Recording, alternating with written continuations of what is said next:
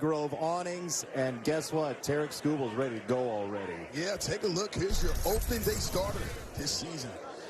And he responded. He got inside the clubhouse from his peers. It was just unmatched. They were so excited for Tarek Skubal getting that nod. And here's what you're going to get. Look at the 15 starts. 7-3.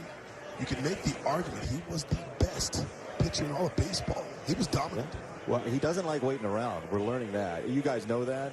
But he took a moment here. The clock wasn't ready for him to throw as yet. And this is not something you're going to see a whole lot in Major League Baseball, is anybody waiting around for anything. And he clearly doesn't love it at this point. Yeah, Tarek Skubal, he wants the ball, and he's ready to go. And that's one of the things that they've also talked about, his tempo. His tempo is get the ball, trust what he's going to throw, and attack the strike zone. We're going to see a lot of that hopefully here today. I love him nodding there like, all right, we ready? We good? We good? All right, we're good. Let's get it going. Thanks for joining us for Tigers Baseball. Thank you, as I said, for welcoming me into this booth, Simo, and to everybody here. And we got baseball to talk about, but just one moment I want to say thanks to everybody in Detroit for being so welcoming to me. Well, we're just so excited to have you. We'll change that over the course of 9 innings here as this is fouled away. It's a ball and a strike on David Hamilton. Not a whole lot of regulars for Skubal to face today, although the Tigers will have a lot of regulars in that lineup. You mentioned it.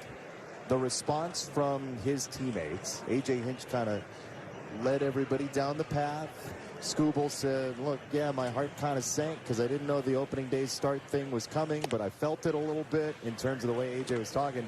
And the reaction from your teammates, you know that feeling. Yeah, it's the best feeling. Anytime that you have your peers backing you and supporting you the way this group has backed Skubal, it does so many things. It does a lot for your confidence, which he doesn't need any more confidence because he's a confident pitcher on the mound. But I like the way he responded, Jay. He responded in a way of, he doesn't want to be called the ace of the staff. He wants to just be called Scoob. He wants to be one of the guys, and he's looking forward. Matter of fact, he deferred to. He said he wanted to talk about Casey Mize and his return.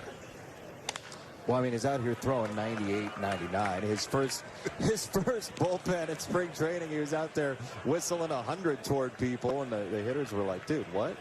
He's in season form. He's ready to go. Great crowd here in Lakeland, and a lovely day for baseball as he comes inside on 2-2, and Hamilton flicks it in the air and foul again. So a tough at bat here for David Hamilton, who made his major league debut last year. And what percentage of the people in the crowd do you know? Is it like 96, 97%? Yeah, it might be about 95%. I think so. No, I don't know. I don't know any of these. Yeah, you do. You get in the 34 club whenever you want to. 2-2. In the air again, left-hand side. It's a long run for Riley Green coming in, and it bounces in front of him. And the oncoming Javi Baez and Urshela. It's 2 bases for David Hamilton to lead the game off. Yeah, I'm not sure exactly what happened there. That ball hung up in the air for a long period of time. Urshela was going back. It's a tougher play for both Urshela and also Javier Baez. Riley Green, they're playing a little bit deep, but he's got to take charge. He's the one who has the better look at that baseball. He's coming in on it. Just not good communication there by the Tigers here in spring training. They'll get that ironed out, though. I was going to say, as there's strike one to Cedar Rafaela, a hot prospect for the Red Sox, when you are switching from center field to left field and around in that way, what do you have to learn? Well, it's about the angles. It's all about angles when you're playing the corner positions. You really have to read those bad angles, and that tells you where the ball is going. And I thought right there, Riley Green just didn't get his best jump. But we've seen him be really good in the outfield, especially when he was in center field. I don't think anything's going to change with him playing the corners. Man, Skubal, the way he changes speeds on people and the way that he has learned pitchability is impressive. Yeah, it really has been impressive to watch him. He was an overpowering pitcher when I first laid eyes on him. Now all of a sudden you're starting to see him show solid pitchability. And you see the swing there. I mean, 96. He doesn't know if it's changeup or fastball, Rafaela, and see you later. Well, when you can work both sides of the plate with your fastball, you can elevate that fastball. And at 96, 97, that ball gets on you in a hurry. And you still have to respect the changeup. So you're going to see a lot of uncomfortable swings when Tarek Skubal's on the mound. That's the kind of thing that pitching ninja likes. You probably end up with a sword or two by the end of the day. Here is the left-handed catcher, Reese McGuire, who really is plotted to be the backup for Connor Wong for this Boston team. It has been a bit of a rough go for the Red Sox. Last place 3 of the last 4 years in the American League East, and their hope is, with some of those trades they made in the offseason, that they have reloaded the farm system, as there is a nice catch by Rogers to draw a strike. Yeah, and I really just feel like with the American League East right now, it's going to go through the Baltimore Orioles. They're a young, hungry team. They showed it. They proved it last year, winning that division. They're going to be the team to beat. Dotted in there at 98, 1-2. I will say, if there are any Yankee fans watching this, they're saying, we got Juan Soto, you know. Well, he's already had his impact. I know it's just spring training, but we've watched him put together some solid at-bats already. He looks like he's in season form already. 1-2. Breaking ball away. 2 balls, 2 strikes. And the American League East, one of the toughest divisions in baseball. Alex Cora and this team 78 and 84 last year. The Orioles 101 wins. The Rays, you would imagine, will be there again. And there's hopes for Toronto as well for having a better year this year. Well, you look at it, you're just not accustomed to seeing the Red Sox at the bottom of that division. You're always seeing them at the top. So this is a different Red Sox team. They're going through one of those down times in Major League Baseball where other teams, the Rays, continue to be consistent in that division.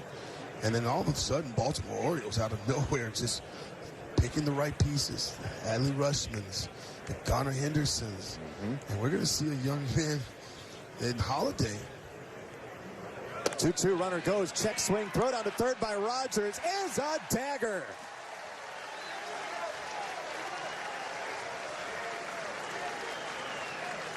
What a tag by Rogers. Well, we've talked about Jake Rogers and his ability to throw the baseball. He's been working on getting on top of the ball. That is a bullet down to third base to Urshela, and he puts the tag on him. Nice pop time there. I mean, as soon as that ball hits the glove, the transfer, getting it down, getting it out of his hand, getting it to Urshela, that's with quickness. Well, he takes so much pride in his catching ability. As there is strike 3 at 97. The Red Sox made him work for it, but Skubal gets a couple of punch-outs, and we'll go bottom 1.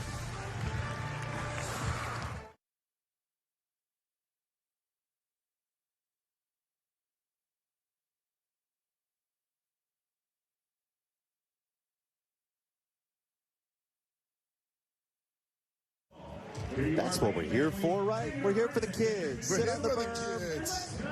And we're here for the Tigers batting order, too. It's presented by your Southeast Michigan Ford dealers. And we said it in the open. This is very much what could be a starting lineup on opening day. Obviously, Veerling at center. It depends on lefty or righty from the White Sox. But this is a look at what you might see. Yeah, I got a chance to talk to A.J. Hinch about Parker Meadows being the leadoff hitter.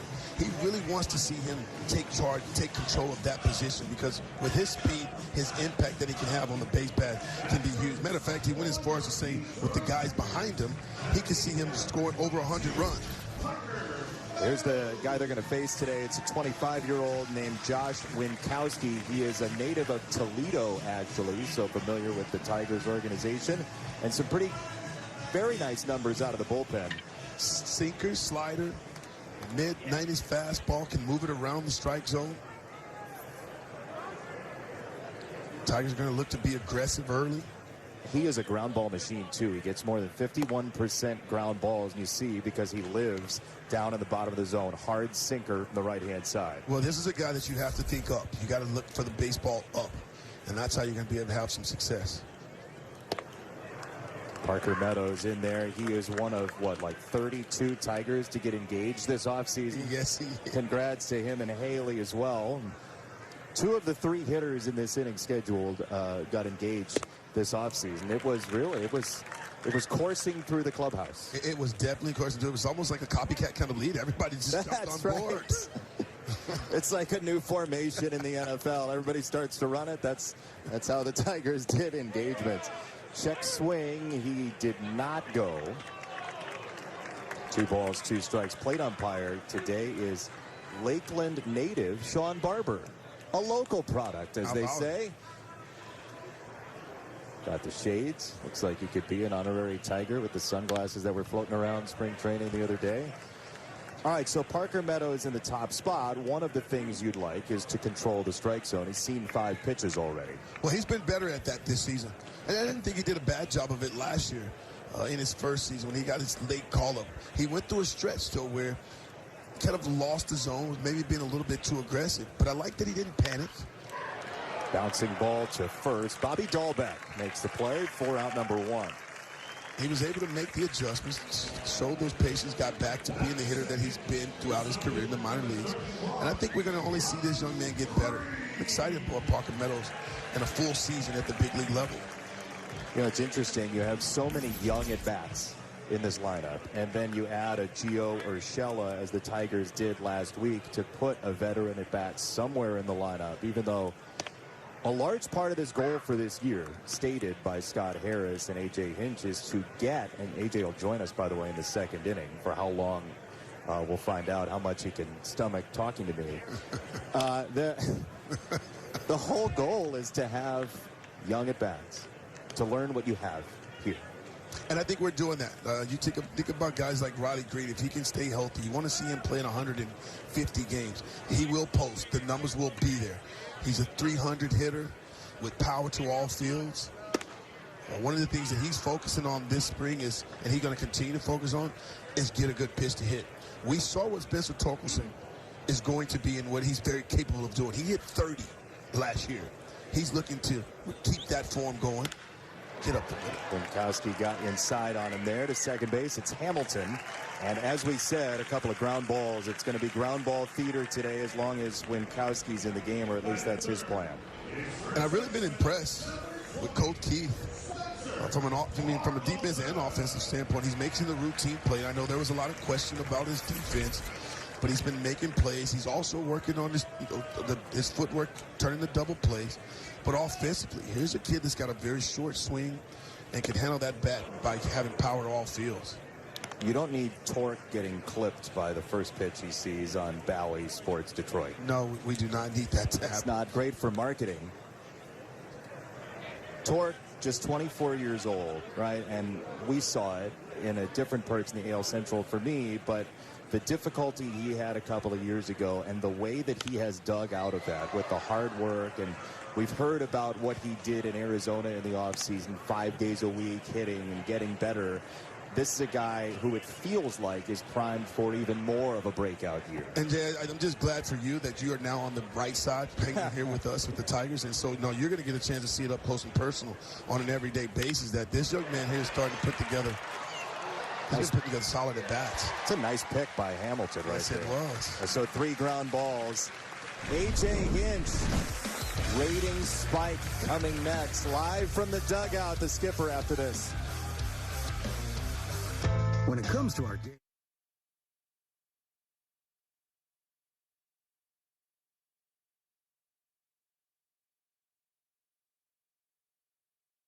No score, top 2. We are joined by the skipper of the Detroit Tigers, A.J. Hinch. Hi, A.J. Welcome to spring training, finally, for you guys.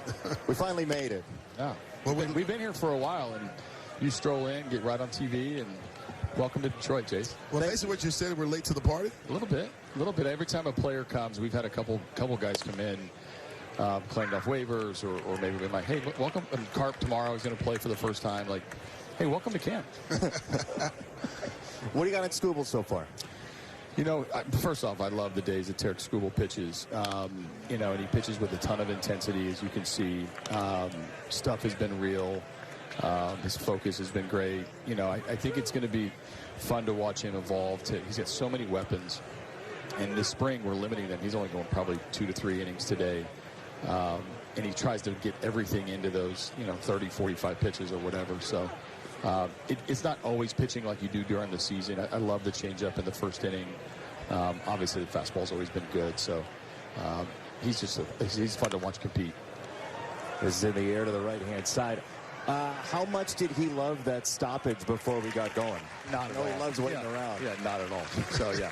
If you can't, I mean, he does. He's also not a great poker player because you know exactly how he feels every time he reacts. But we're just going to blame TV. We're going to blame Jason. We're going to blame, anybody but us and let him know, like, hey, we got a new guy in the booth. We got to make sure we welcome him, and it's his time. His open must have been really long. We weren't even back from commercial. We were waiting around for him. Well, that's not what I'm going to go with. I love it. Well, you challenged some players in the offseason to come back and put in and kind of fight for a position, fight for an opportunity to be in the rotation. Guys like Matt Manning.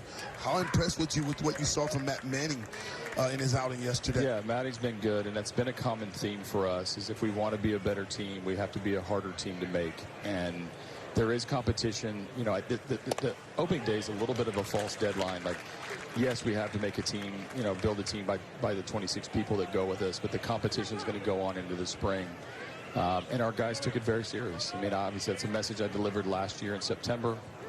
It's a message I opened up with to do what we have to do to bring winning weeks and winning months and winning series to Detroit. That's how we expect to have a winning season, and that starts with the work in the off season. It's no longer spring training to get ready. You got to come ready. Your starting pitcher doesn't really dial it back, huh? No, we've talked a little bit about it. I got asked that question. He hit 99 in the first outing against Pittsburgh, and you can't tell these guys not to play hard and compete hard. But he's come in prepared to do this. The problem you have with players is when they're not prepared to go at this speed this early, but Tarek is. AJ, that was short, man. Well, I talk a lot. Well, we just like spending time with you, that's all. Anytime, we'll do it again if you guys ever come back.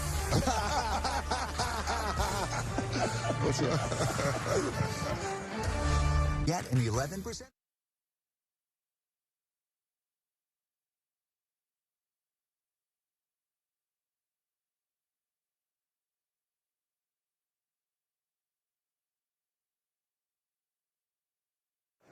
And we welcome everybody back to the ballpark as we head into the bottom of the second inning. We are out here in left field on the hill, not over the hill, but on the hill. And I'll tell you, it's an absolutely perfect day for baseball. There's something that's soothing to the soul about spring training. And I know we just had A.J. Hinch on there, although it being a brief half inning. But, his message to his club at this time of year is you don't have to play careful. You're going to make mistakes. And that it's unrealistic, especially at this time of the year, to expect perfection. Now, the one thing he says is it's not a free pass to go out there, make mistakes, and not play well, but it is kind of free liberty to go out there and trust yourself. At this point in time, it's all about trusting the process. Everybody's getting their feet wet, including the two in the booth. And I'm pretty sure that Simo does have shoes on for this segment. I'm hoping so, anyway. I do. I'm checking. Yeah. Can you confirm, Jason? I can. Johnny, how beautiful is it out there, by the way, as Canna gets on first? That looks like the beach, man. Well, it is, and I know we probably can't get it with the wide lens, but shirts are optional out here, and I've got mine on, but it doesn't do it justice because I can't show you because I know we can't pull out. Let's see if we can get it, maybe. Can we get it? You see what I'm talking about here? Yeah, there you go. Guns out. You know what I'm saying? Let's just enjoy it a little bit. It's like about 80 degrees, isn't it? I thought you were inviting yourself to go shirtless late in the game is what was happening. I'll peel gear in the middle innings if it needs to happen. If we're talking gear, Johnny, I've got some competition up here in the booth. Yeah? Jason's socks. I saw the socks His socks today. game is on point. I saw it. Just keep the shoes on. Again, that's for all of us. I love it. Thank you, Johnny. As Colt Keith stands in his first at bat here on Bally Sports Detroit, and 22 years old. Right, we know the power is there. He is working on second base, and there have been some early strong reviews about what he looks like out there, not only from Joey Cora, but from Javi Baez, and he's in the lineup because of that stuff. Opposite field, base knock. Canna wants third. The throw in there is not in time. Extra base for Mark Canna. And that's exactly what the Tigers want to accomplish this season. They want to put pressure on the outfielders, make them make throws. They're going to go first to third. We're going to see that quite often this season. So I'm looking forward to the aggressiveness of Joey Cora, the new third base coach. Here's a good pitch here, right out over the plate. Colt Keith, that ball running down and away. He whistles that ball to left center field. And Mark Canna, nice turn there at second base, going first to third. 35-year-old legs getting a little workout. A smile on his face over there. I mean, you love to see that, though. And, I don't want to overstate this, but when you have a veteran who shows up and does that immediately, it certainly is a signal. Well, he's definitely going to make an impact. He plays the style that AJ wants the younger players to just adapt to. He wants him to be the leader and allow these younger players to follow. And he's not a vocal leader. You've been in the clubhouse with him. He's a quiet leader. He leads by example. Yeah, I liked what A.J. Hinch said about Canna, because the assumption is, right, everybody says it, like, he's here to teach the young guys. Right? Well, he said, let's first let him unpack, right, when he got to camp. And then we want him to be, this is from A.J. Hinch, we want him to be the player that he is. And if people learn from that, great, but he's got to go play. And you don't hear that all the time from managers. It's very easy to say, yes, he's the veteran to teach everybody. But he's not. He's going to be the guy, that has to be productive, because the Tigers need some production, especially in this lineup offensively. We struggled last year, especially hitting the fastball. Mark Canha is one of those guys that can turn the fastball around. He also shows patience in the batter's box, well over a 370. About a 370 on base percentage. So he is a guy that's going to work the count, never give in to the pitcher. Yep. And that is going to be a great example. But you're right. He has to take care of himself first to be able to set the example for the other guys. Baez right side and foul, 1-2. Yeah, this is a team. They're 24th in home runs last year. The on-base percentage was 26th in baseball, OPS 28th. And the hope is that some of this young talent, like a Colt Keith, can boost that, because we do believe the pitching is going to be very strong. Well, all the signs of when I watch Colt Keith, it indicates that he's going to be that guy. That ball smoked to left field on a line. Contreras gets over there, and Javi Baez will take his RBI on 2 strikes, and the Tigers take their first lead 1-0. Well, here's Javier Baez, who, again, we've talked about it at length. He's made some adjustments in the offseason. He's eliminated some movement. He's trying to shorten his swing. This is a really good swing here. When you get something out over the plate, runner at third base, he didn't pull off this ball. You can see there, that ball gets in on him a little bit, but he shows some quickness there of pulling the hands inside and getting the barrel to that baseball to drive in Mark Canha. And because Canha took the extra base, the Tigers pick up a run here in the second inning. And here is the newcomer, Gio Urshela, who had a very painful pelvis injury last year. You may recall, you see the 2 home runs last season. He had that breakout year with the Yankees, 2019. Tigers are hoping that they can tap into that power. Had 22 home runs, I believe, that year in the Yankees uniform. He's got good bat-to-ball skills, and it's to all fields. He is 32 years old. He's kicked the tires a little bit at second base. He'll play mostly third here. And coming into spring training, that was going to be something of a platoon. But when you add somebody like Urshela, it feels like he's going to have third base. You see the additions mostly on the pitching side. Yeah, and that's where it starts. And that's going to be the strength of this team. It's going to start with their starting rotation. Love the addition of Jack Flaherty and Kenta Maeda. I think those are huge upgrades in this rotation. And then I think the strength of the team will be the bullpen. You know, when you start thinking about the back end, adding a Shelby Miller, Alex Lane figuring it out last year, went through a little struggle, but figured it out late, got back on track. Jason Foley, a ground ball waiting to happen. But there's one guy that I really think just stood out for me. Who's that? He got sent out. It was Will Vest. He got sent out, but when he came back to the big leagues, he was a different pitcher. He attacked the zone. He was big in high leverage situation. So when you talk to Juan Davis, the bullpen coach, he's excited about the guys that he has out there in that pen. Two-seamer from Winkowski, strike 3. We will likely see Will Vest pitch today. That's the plan. He's part of the list of guys that's scheduled to throw. And now here is Jake Rogers, who came back from that injury in 21, didn't play in 22, and the 21 homers last year is a big number. Well, I think he started to look for pitches that he knows that he can handle. Early on, maybe chasing a little bit too much, and then he discovered that ball middle in is a pitch that he rarely misses. So now it looks like to me that he's calmed his mechanics down, and he's simply looking for that pitch, and he's loading up to drive that particular pitch, middle in. And he's been able to trust his eyes when that pitch is not there, and he lays off of it. He got a first pitch slider cutter there, and then that one laid in for a strike. 1 ball, 1 strike. That looked like the cutter from Winkowski.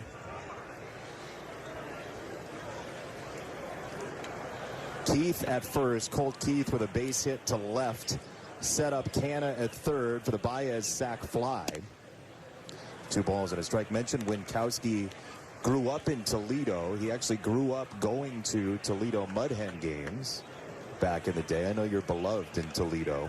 One of my favorite places to play in the minor leagues. Are you going to run for office there at some point? No, Jay. Jason, I will not be running for mayor there. I mean, councilman? Maybe. Something? Maybe. You know, you got to use it when you have it. 2 balls and 2 strikes from Winkowski. 25 years old, from Toledo. He moved in around high school away, but grew up going to Mud Hen games, listening to Jim Weber. The Webmeister. Love it. 2-2. Guided on the ground to shortstop, and Pablo Reyes to retire the side. But the Tigers will take the run created by Canna's base running. Scooble back after this.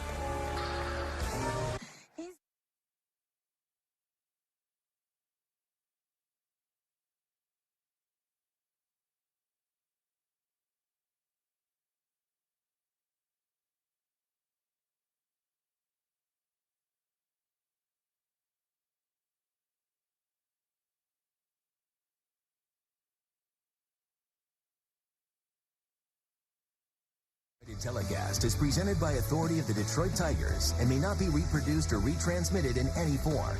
And the accounts and descriptions of this game may not be disseminated without the express written consent of the Detroit Tigers.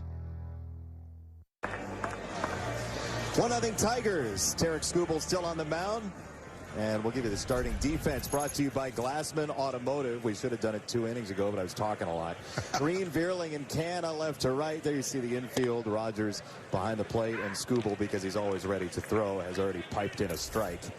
But we'll watch Colt Keith at second base. That's one of the hot spots, just to see how he does. But again, he's done a lot of work with Joey Cora and the staff. That's a no-go, ball and a strike. He's also spent a lot of time with Alan Trammell. Yep. Well, let's just rephrase that. Hall of Famer. Hall of Famer. Alan Trammell. One of the good guys of this game. Just celebrated a birthday a couple weeks ago down here in spring training. I did not know this, but I learned today that Alan Trammell's wedding anniversary is also his birthday. Really? How about that? Fun fact, I did not know that. That's rare, right? It is. Birthday, wedding birthday? Yeah. Love it. Interesting. I love it too. Yeah. 1-2 from Skubal.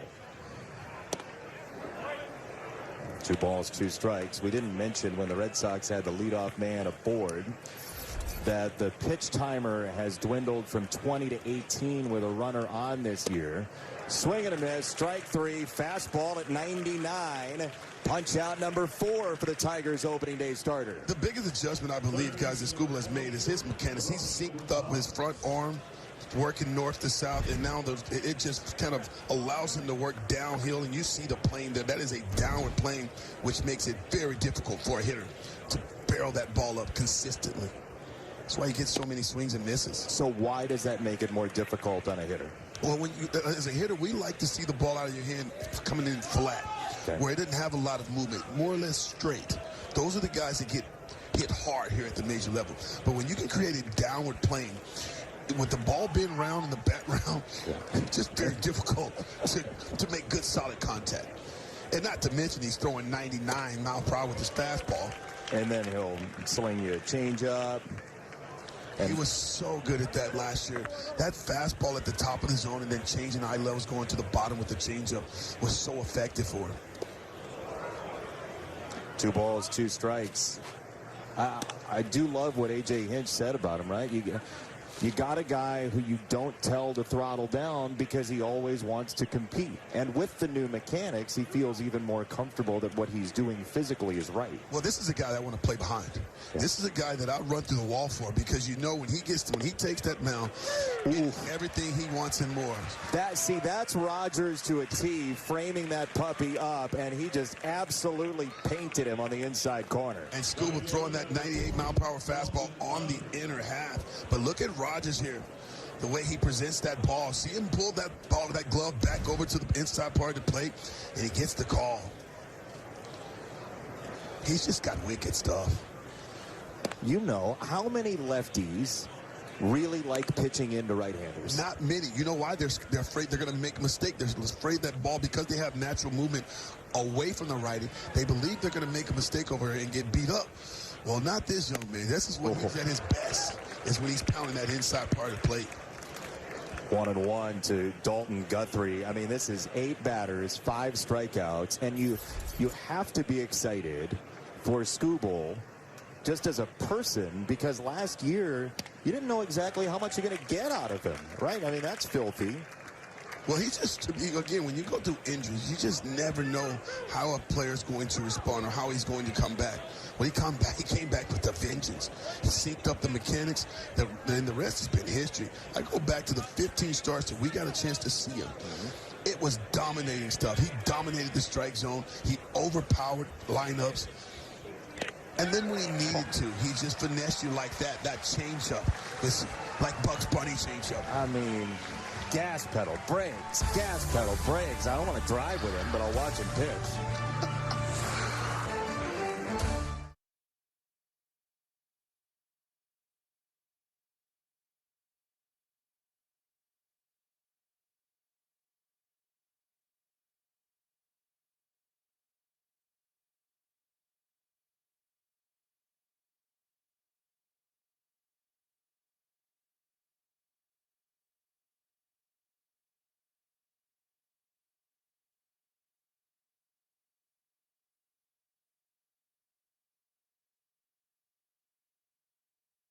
Sports Detroit is brought to you by Comerica Bank. Raise your expectations of what a bank can be. Come to Comerica. And by Wallside Windows. Half off every window, plus 20% off, or 5 years, no interest. No interest is not a problem for the Tigers this year. With all the young talent and everything, I can sense, having been a recent transplant, how excited people are about what this collection is going to be. Well, I just think when you look at this roster now, there's depth, not only from a pitching standpoint, and we haven't said this in a long time. We've got positional player depth now. Yes. Guys that can step in. You know, our bench is going to be one of the stronger benches with McKinstry, Abanez, and you're not really sure with Vierling and Parker. I mean, Parker Meadows should be the starting center fielder, will be the starting center fielder. But you got Matt Vierling over there as well. So the depth is definitely there. Well, that you said it's actually Andy Ibanez. Oh, yeah, because he's hitting bombs. He keeps homering. I mean, he's got 3 this spring already, so. He's just kind of picking up where he left off last year. Yep. I mean, down the stretch from month of June all the way to the end of the season, he was just crushing everything from right center to left center field. You saw Tyler Holton getting loose in the Tigers' pen. One of a couple of lefties out there. Called a strike. You know what I missed in the offseason? The crowd gasping at a strike call, right? You don't get that in everyday life where people are like, ooh, ooh. I'll find myself, ooh, and ah, and pick your favorite hat out of that group when we go back. You have a favorite hat? Already, yes. Swing and a miss, strike 3. He broke it away from Vierling and 1 away. All right, pick your favorite. My favorite hat. Which one do you like the most? I kind of like this hat right here. With a camo one? Camo hat there. It's got the flaps on it. It's just kind of really keeping the sun now. How about that Tiger baseball hat there? That's the straw hat on the left that's money. That might be. I might need to get that one. That hat right there. I like that one a lot. What about What about the one on the left there? I mean, she's styling. Yeah. She's got the sunglasses on, looking good, looking fresh, keeping the sun in her eyes so she can focus on watching this Tiger baseball. She wasn't a Red Sox fan, was she? I don't think so. I didn't think so either. You know what? We'll just say she wasn't. That's just, yeah. Correct your cards and letters to Craig Monroe, care of Comerica Park. It's ground ball foul, for out number 2 for Meadows. So here is Riley Green, who will face, it looks like, somebody else. Alex Cora is out there to talk to Winkowski. Has he made the sign? I haven't seen the signal. I have not. Somebody asked Joey if his brother can go ahead and make the call, please. That'll be it for Winkowski. Toledo's finest leaves trailing 1-0.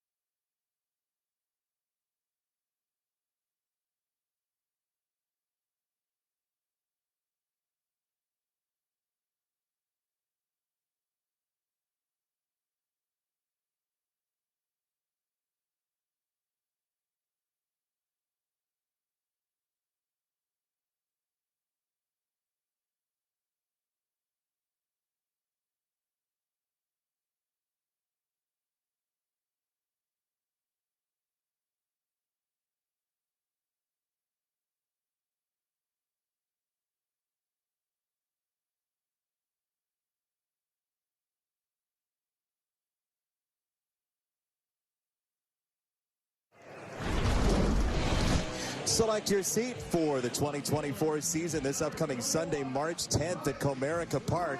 This is the last chance to secure your 1901 Society membership that includes opening day. Plus, meet Tigers alums Lance Parrish and Dave Rosema. RSVP today at tigers.com/seat. That should be fun. Rosema. How about it? And Big Will, Lance Parrish. Love it. Here is Isaiah Campbell, former Seattle Mariner who made his debut last year. Small sample size there, 28 and 2/3 of innings, but he put up good numbers. That's our wall side windows pitching change, by the way. He did. He is the second major league player ever born in Portugal. Mark Portugal was not born in Portugal, but Isaiah Campbell was. There was a player back in the 1870s. Riley Green gives it a ride out to center field, but this ballpark will hold it. Rafaela makes the catch. Talking of greats, Willie Horton will join us during the 4th inning. Coming up after this.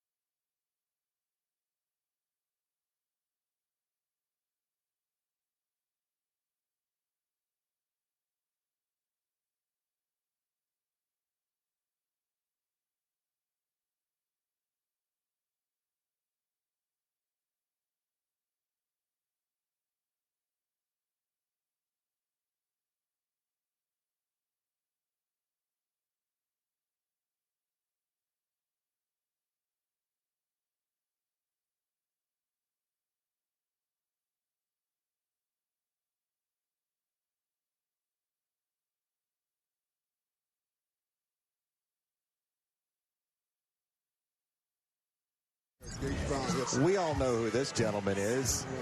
Who is this young Who man? is this guy? Call him Mall Digger. That's all Bob Gibson. He's He got me at everything 17, but he didn't talk about that. Got him at 444 though. That's a bomb right there, Bob. Yeah. You had that kind of power though. Well, You was the definition of country strong. well, he ballpark to me. I call him miniature park. they wide, they wide, but the dimension is close. Yeah, it wasn't a park that could hold you, huh? Well, I think when I was a kid, I was 16 years old, 15, I hit that tower that Reggie hit it in right field. I hit that in all city games. At 16? Come on. My freshman in high school. I mean, there's no accident that there's a statue at Comerica Park of the great Willie Horton. Oh, man, I tell you, it's been a good ride. But I couldn't have did it without a lot of support. And let's start with your parents. And I always thought, I was talking yesterday about when I had a problem in baseball, I always went back to my little league coach. Remember I told you Yes, years ago? I remember. We got you from Texas, we went back to your little league and your dad. Uh-oh. You start doing things. And that's what baseball's about. Have fun. Well, that's a little too much fun for the Red Sox there as Rafaela goes deep off of Skubal to tie the game. That wasn't Willie Horton power, though. But Scuba, he gonna be something this year. You like what you see? Well, I've been watching him through his rehab and all of that, and he's been working hard. And not only him, all our kids. Right now, just let them play. Yeah. Let them play. And I think we're going to be just fine. We're going to surprise a lot of people this year, I believe. What do you like about Cole Key? I got the same reaction, Pops. No, he's real deal. He's bad. He's a bad boy. He's a real deal. And I called him, congratulate him a few weeks back. And we talked for about half an hour, 30 minutes. I said, oh, son, all you do is just keep working hard. You'll be just fine. I will say this. You gave me a phone call when I got hired here. Yes. And I was like, Willie Horton's on my phone. My goodness gracious. Well, it was so kind of you. That's just the way we came up in life years ago. We all belong to a brotherhood, son. And a brotherhood is it's an eternity of brotherhood that we all belong to. And I tell the young players now, especially now, because guys go in different places, you sign for in your heart, I want to be a Tiger, but you sign for a brotherhood of 32 clubs. Yeah. And I think that's where I came up through George Kell, Hank, Ernie Harwell. Yeah. Them people, Hank Greenberry, they taught me, and go back to Al Kaline, Gates Brown, these guys, Jake Wood. Woo! Jake just went back home. We've been down here for a month doing the Black History Month in Lakeland and Polk County. Mr. Wood, he's still playing. He's 86 years old. Is that right? He playing softball, 60, 70 games. I can't walk. But you can bowl. Oh, well, bowling is something that we started, thanks to Ray Lewis. We started a program, thanks to Mr. Steelers, helped us get it started in the community, to build our community up around our ballpark. And Lakeland now, we all across Polk County. And that bowling helped us keep our program going. We got a nonprofit program down in Lakeland and Polk County that we provide free programs. Mm-hmm. Program where you and your parents and our parents can pay 50 cents to play when we give every kid opportunity to play. Beautiful. How important is that to you, Willie, to be able to give back to different communities? Hold that thought. We'll get to that. You going to stick around with us? Oh, yeah. All right. Willie Horton will stay with us. We'll tell you about his bowling event coming up in a week and a half.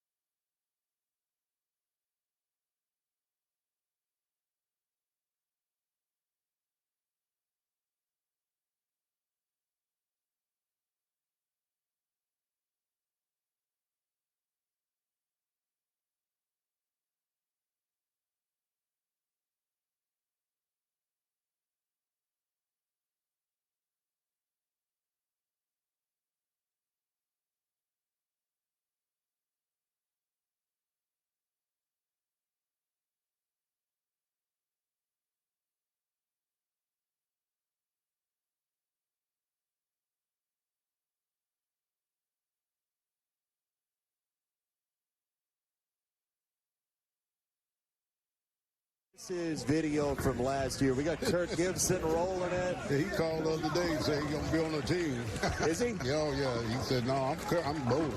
Is there anybody more competitive than he is? No. He's been like ever since he was a kid. I watched him in high school, watched him as a pro, and Kurt is Kurt. Yes, And that's just what he is, and that would make him competitive.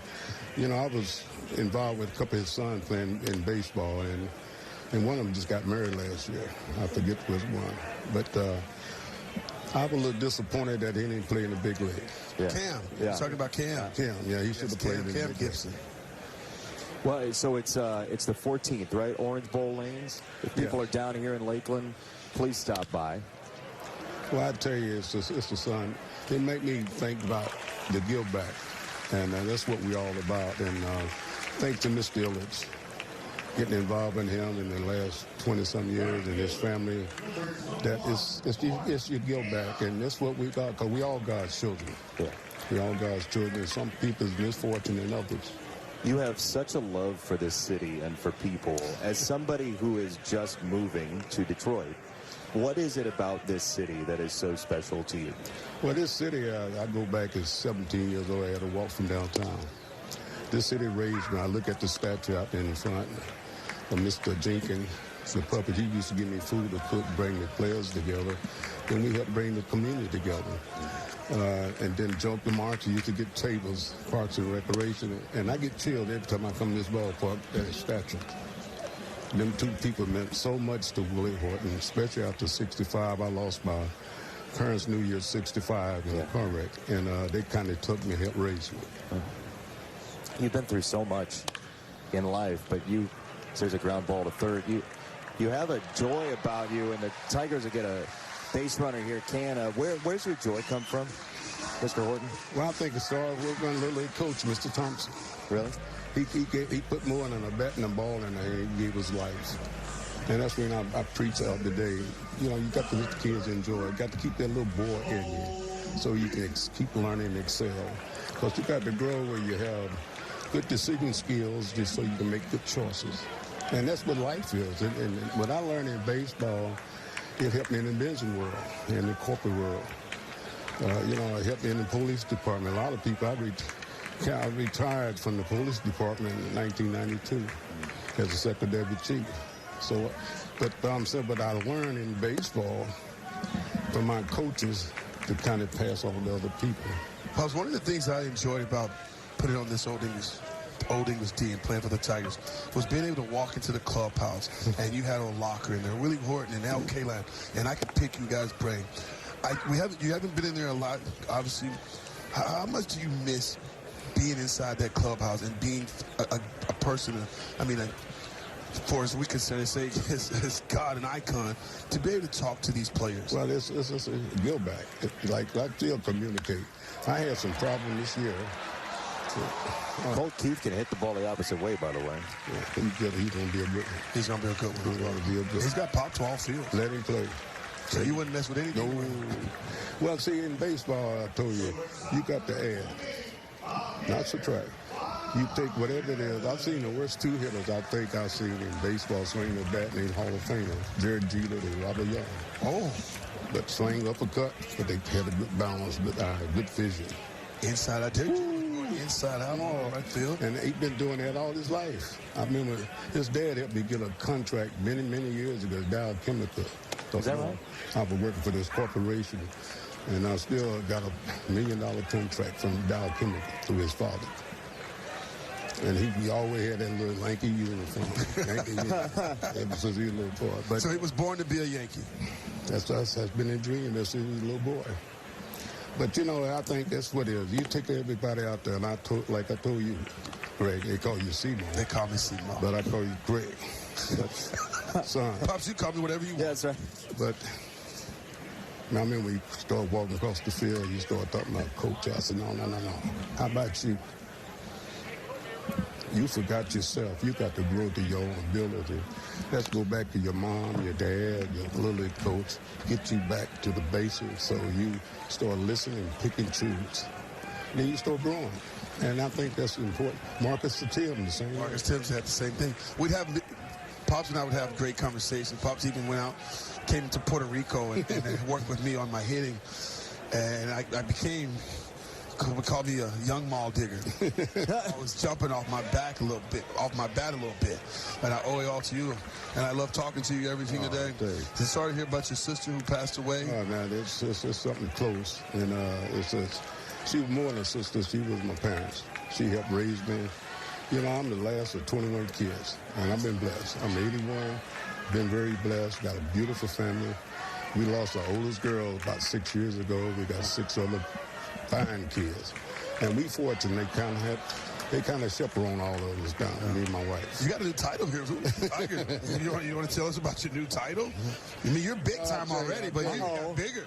Well, I tell you, I was blessed, thinking about the Scott president and the owner, Chris, and come out to my home and visit with me, Ron, Jordan.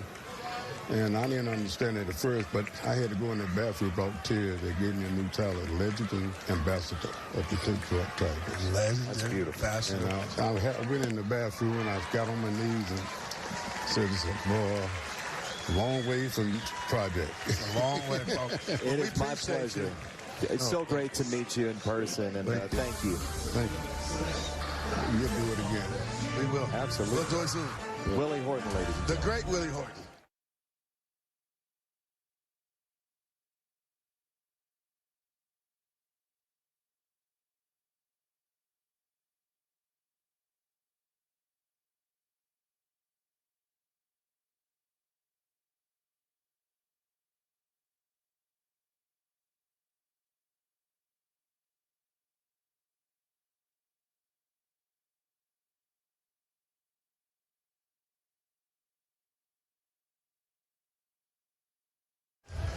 Suit up this season at MLBshop.com. Check out the largest selection of official jerseys, caps, T-shirts, collectibles, and more. Gear up with the Detroit Tigers at MLBshop.com. And we have a wall-side windows pitching change. The guy you were talking about earlier, it's like you willed him into the game. Yeah, Will Vest, man, really pitched well last season.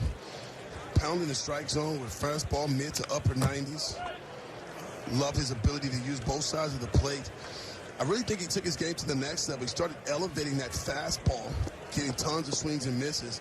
And then he was able to go to a really good slider, sharp breaking slider that he had really good command of. He's just kind of looking to pick up where he left off last season as well. Guess what we have joining our telecast? We have a guest. We are going to go under the awning with Tarek Skubal and Johnny Kane, courtesy of Mary Grove Awnings. Johnny?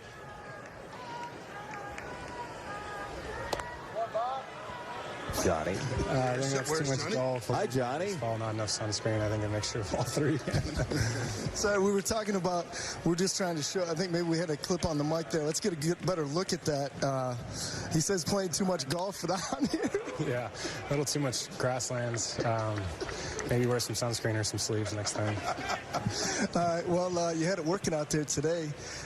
Struck out 6 of the 9 Red Sox hitters you faced. 14 whiffs on 22 swings. What does that mean to you?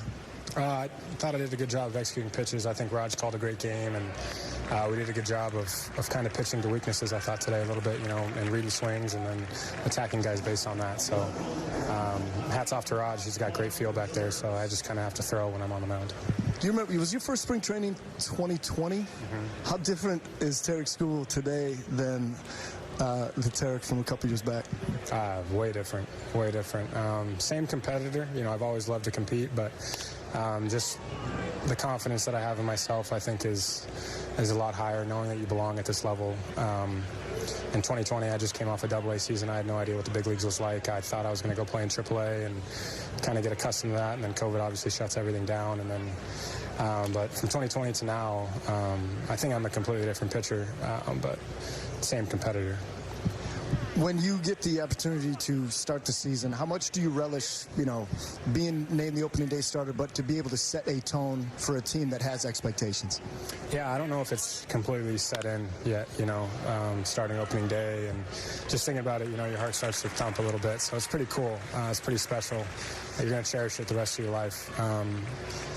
So yeah, as far as our team, I think we want to start 1-0 and then win a series and then win the next series and stack a good April to set us up to have an exciting summer, an exciting finish. So, it kind of all starts in April for us. Have a good April, and we tend to turn things on the last, 2-3 years. We've turned it on at the end of the season. So let's start well and see what happens late. Awesome. Well, congratulations on being named the opening day starter. Congratulations on today. Congratulations on being a new dad. Yes, thank you so much. What's his name? Kaysen. Kaysen. Yeah. Love it. All right, very good stuff. Tarek Skubal got a lot of things going in his favor. He was brilliant here today, Jason. Yeah, the only thing he did wrong is the tan. Pretty clearly.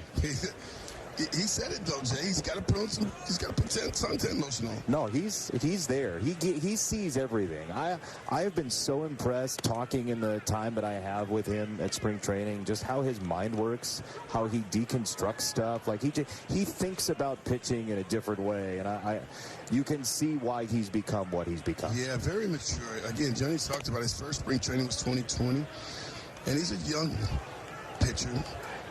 He's still competitive as they come.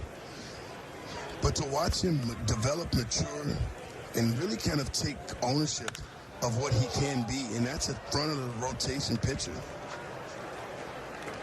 That will be that. We'll talk more about Skubal after this. This break is brought to you by Marygrove Awnings. Life outside. Visit marygrove.com for your awning.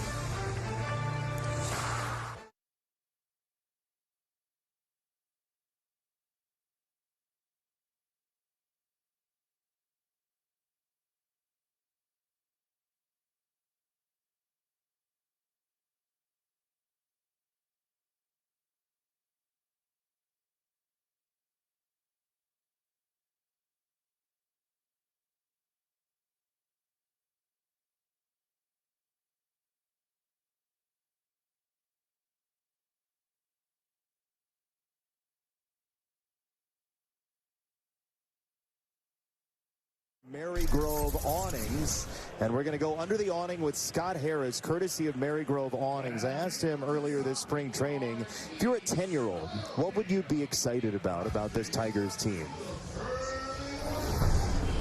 Through the lens of myself as a 10-year-old, the things that would get me really excited about this group is I would look at it like I was getting in on the ground floor. I was looking at it as I discovered these young guys. I saw them when they were first breaking into the big leagues.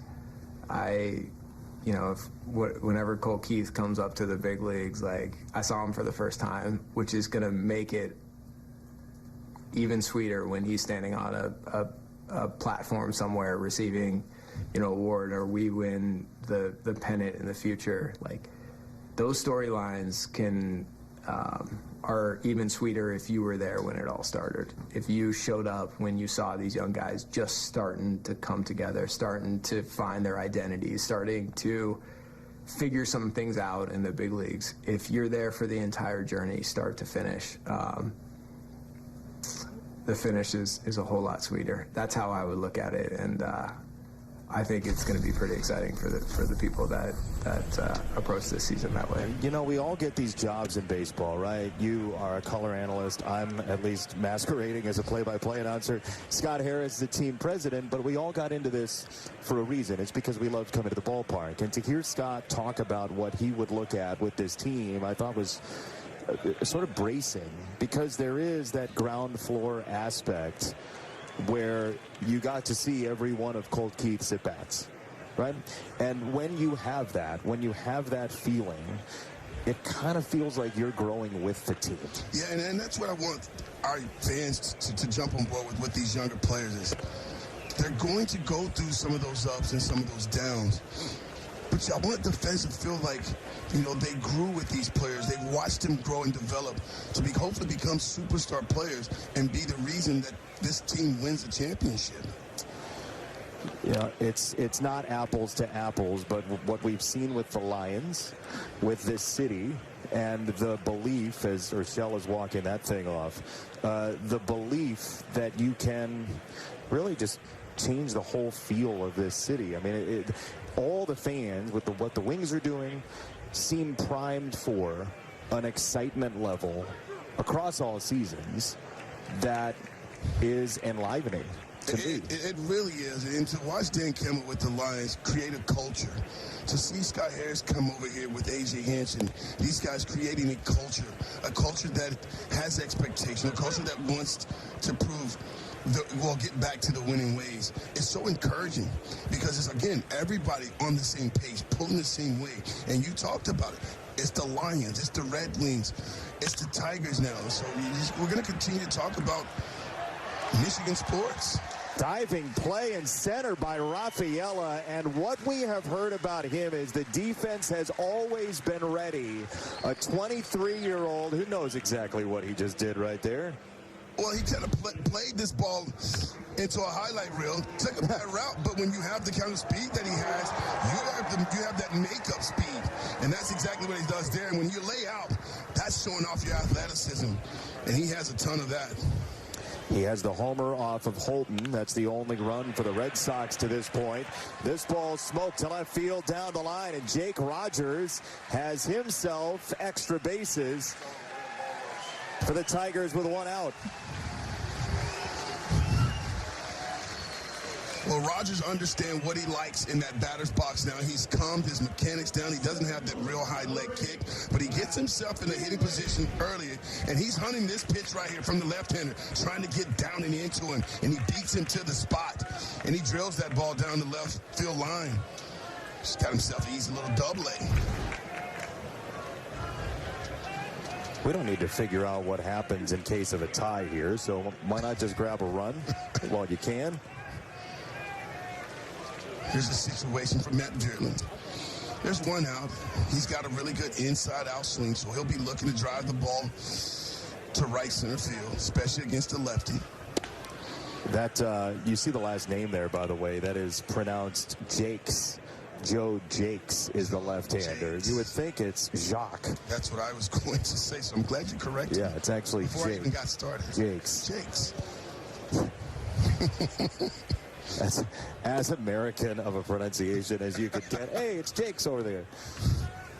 But Vierling against a left-hander. And this is the type of situation that when you fall into, obviously in spring training, you like it. Vierling against a lefty.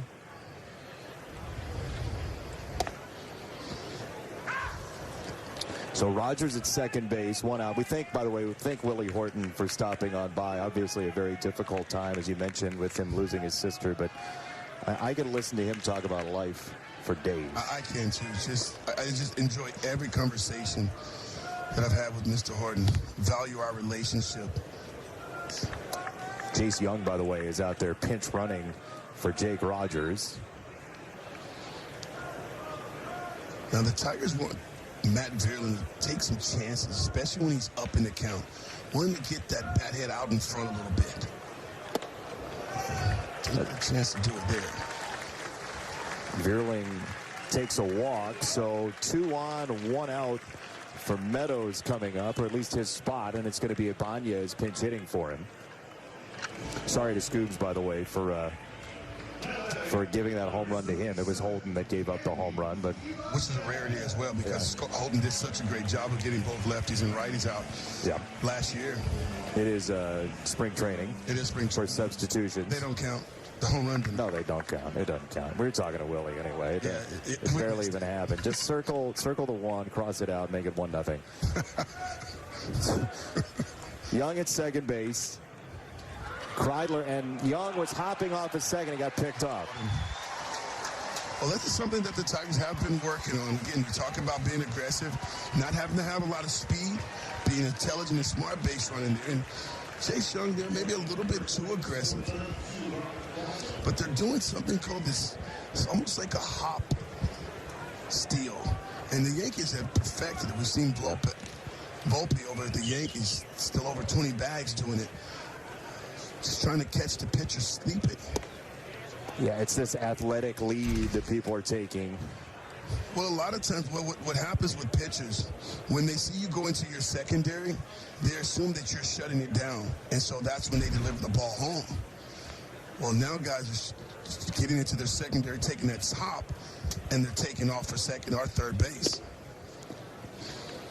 So what's the next turn of that? Take a look at this secondary lead right here. So when he comes off, We'll get you there in a second. We'll get there. Pitch timer.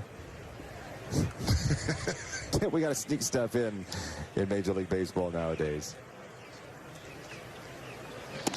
I like the nickname, though, you gave Ibanez, too, by the way. Ibanez. Yeah. So here it is. Here's the sips. You see the skip right there? That's kind of getting into your secondary. And a lot of times when pitchers see the base runner get into his secondary, he turns his head, picks up his target, and delivers the ball to home plate. Well, that didn't happen there for Chase Young. He got caught. So as a base runner, what do you need to do maybe to be a little more stealth there? How does that work? Well, for Young in this instance, he's already in scoring position. So there was no reason for him, unless he was going to steal the bag, there was no reason for him to get picked off. So he could have stayed a little bit closer to the bag and then still been able to get a very aggressive secondary. So for on a base hit, he would be able to score easily. Yeah. It looked like he was going to go. It looked like he was trying to steal the bag. Yeah. Andy Ibanez, 3 home runs already this spring training. And a big rip at a 3-1 breaking ball from Jakes. Yeah, you don't mind that swing there, especially when you're feeling as good as Ibanez feels right now in the batter's box. Anything middle in, he has been smoking it. Hitting it hard. Now with 2 strikes, he can shorten up. Left side, base hit. Runners at the corners, and 2 out here in the 5th as Kreidler makes his way from first to third. Well, I like this at bat by Ibanez. Got really big on the 3-1 count. He didn't get cheated. But then with 2 strikes on the 3-2 count, he shortens up. You see how short and quick he was to that baseball, drilling that ball to left field. And I love the aggressive base running there by Kreidler. Going first to third, running right in front of the left fielder's face. There's Ty Madden getting loose in the Tigers bullpen. Little cameo from Juan Nieves out there. Yeah, looking forward to watching Ty Madden. Hadn't seen him. Seen a lot of video. Big physical guy. Big physical guy. Texas hook 'em horn kind of guy. He is. He is. Very proud of his Texas Longhorns. Donnie Sands pinch running for Ibanez, so quick AB and out, and then Riley Green will get this one last look at a left-hander here. So lefty-lefty with Jakes.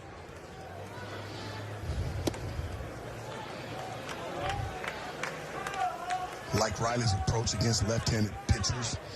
He's not a guy that flies open with his front side. That's why you'll see him really drive the ball to left center, especially against left-handed, because he does an excellent job of keeping that front shoulder and those hips closed. That one's outside. It's 3 balls, no strikes, and it looks like Jakes is either struggling with the strike zone or doesn't really want any part of the fat part of the zone. Spring training. How about a green light 3-0? I mean, we've seen it from the Tigers already this spring. Way outside, off the glove of McGuire, and the Tigers get a run on a wayward 3-0 pitch. Kreidler scores.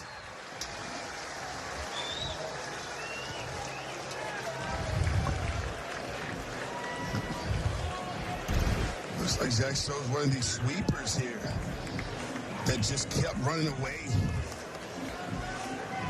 That's still a ball. When you know that pitch is coming, you've got to anticipate it being a bad throw or a bad pitch. Keep that ball in front of you. But nevertheless, the Tigers just get a run. And they will take it. 2-1 your score. Spencer Torkelson scheduled to get one more AB. We'll see if he does against the Red Sox bullpen after this.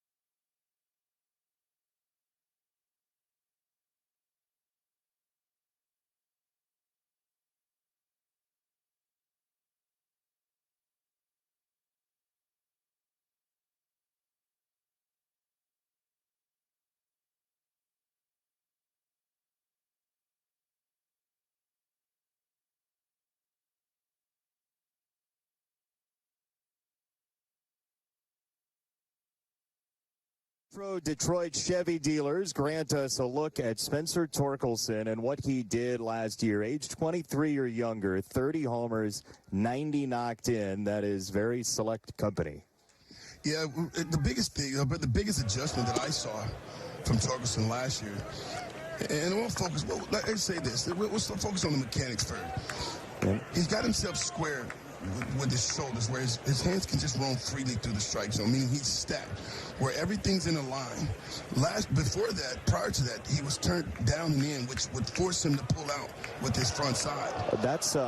That could be the worst pickoff attempt we see all spring. Well, there was. It could be. Could be. It was a failure to communicate. What we have here. What we have here is a failure to communicate because there's nobody covering second base. I mean, not sure exactly what happened there, Jason. Is there an outfield equivalent to that? Not really. You guys are out there on your own. We're on an island out there. Yeah, you know.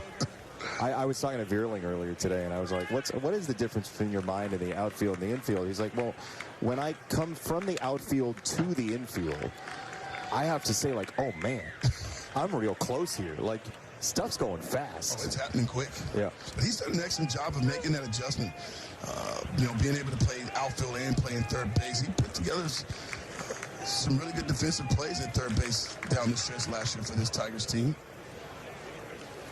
1-2 is a breaking ball in the dirt. 2-2 from Justin Hagenman, who was formerly a Dodger farmhand and spent his first part of his season in the Red Sox farm. As there's Justin Henry Malloy getting ready to swing it for Canna on deck. And I want to finish that thought there on Torkelson, which he just popped this one. You got to hurry. Yes, real quick. He was hunting that fastball middle in. He started talking about the parties out in front. He started catching the ball out front, and look up, and there's 31 homers. Big flies, way backers. That was good work on the lightning round there. Timer was going, and you got it in 2-1 after 5.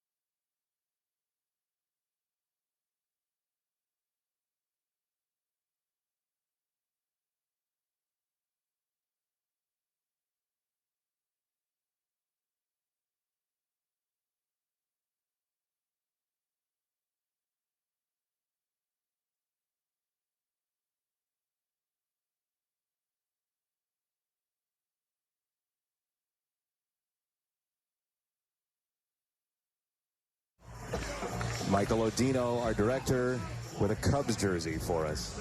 Yeah. Thanks. Wrigleyville. Thanks, Mike. Wrigleyville? Appreciate it.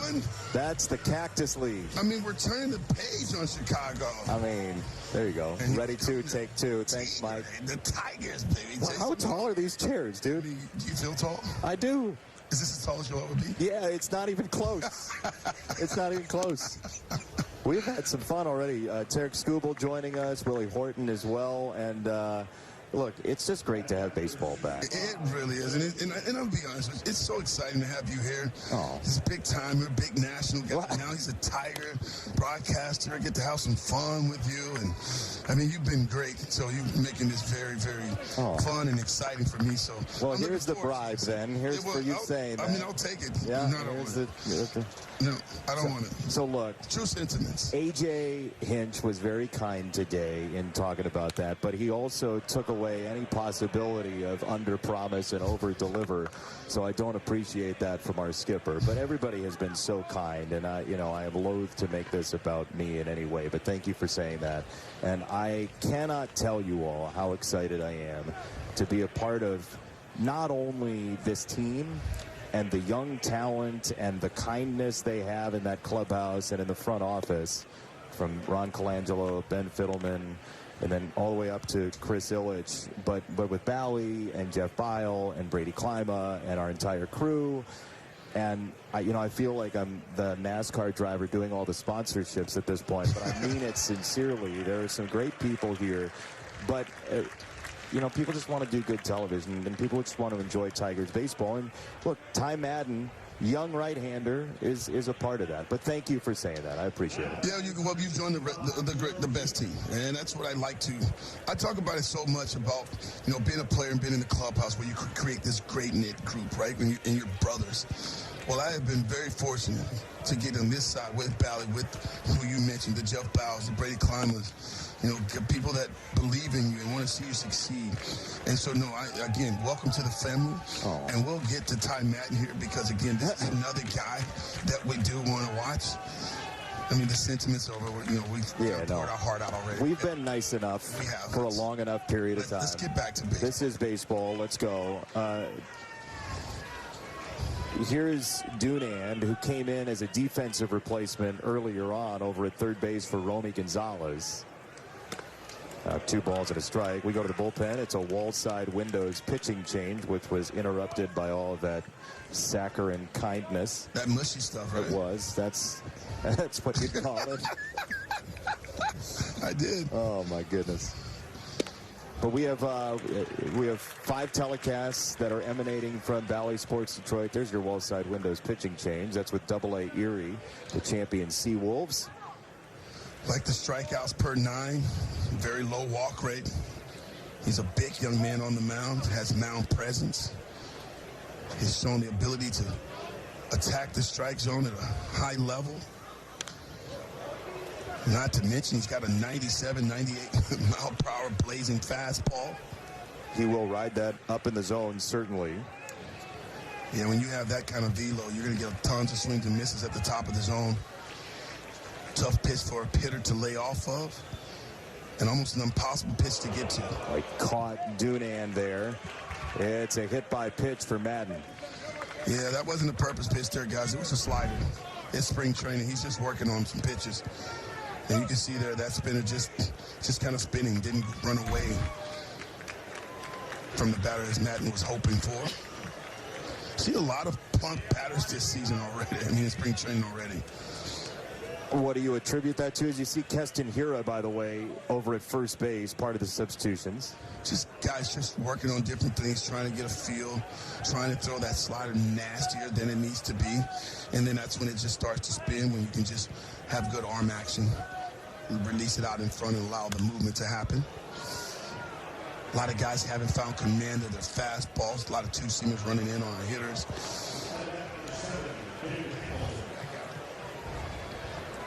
That's early. They're getting the kinks out.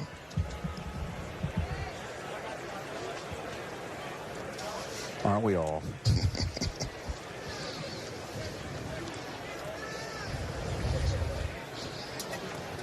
One on, one out. And a ball and a strike on Hamilton, getting his third at bat. He led off the game with a double that dropped in between Green and Baez and Urshela.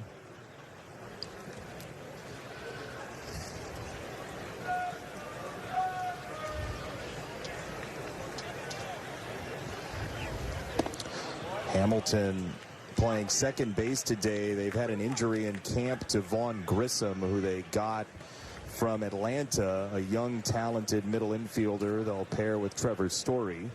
Rafael Devers obviously didn't make the trip as well, third baseman.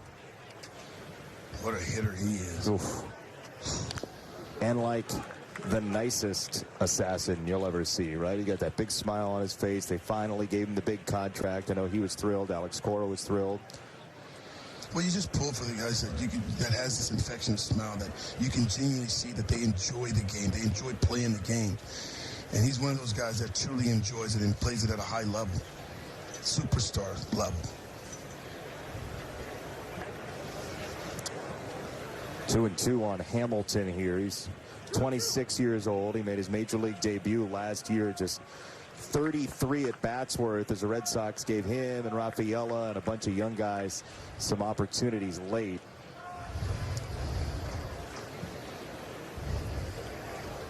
Two and two. That's strike three. He couldn't pull the trigger, and Madden will take the punch out. 2 gone. Join us again Thursday as we continue our coverage of Detroit Tigers spring training baseball. Tune in 6 o'clock p.m. to watch the Tigers and the Blue Jays right here in Lakeland. Watch on Bally Sports Detroit Extra and the Bally Sports app. Spring training baseball brought to you by Mary Grove Awnings. First pitch swing. Pitchers love that in spring training. In the air, foul ground, first base side, and a long reach for Hira, and he couldn't make the catch. Yeah, that's a tough play down the right field line. Not a lot of room over there. And you have that tall netting. Here does a good job of getting over there, but you can see him start to drift a little bit, trying to time that jump to catch that baseball before it gets into the net. Just not able to come up with it. Good effort there. You didn't play with all that netting around. I did not. How would you have handled it? You know, I thank goodness for the netting now, because I feel like everybody's sitting on their phone, and so you get hurt. What was that? I was looking at my phone. Yeah, please don't look at your phone while we're talking. So then we look at it, but no, when you think about the net, I think you just have to take it as if you're an outfielder. You got to get to the netting and then adjust from there. Yeah. It's just like getting back to the wall. You got to get to the wall and then work your way back towards the field. That's the only way to be able to make that play. We've seen players get caught in the netting, certainly. Pretty funny. It is funny, as long as they're safe. As long as they don't get hurt. As long as they're good, then we all can laugh. 0-2 for Rafaela. Madden gets a ground ball to third. And they'll go the short way for out number 3. Red Sox get a base runner, nothing more. It's still the Tigers by a run.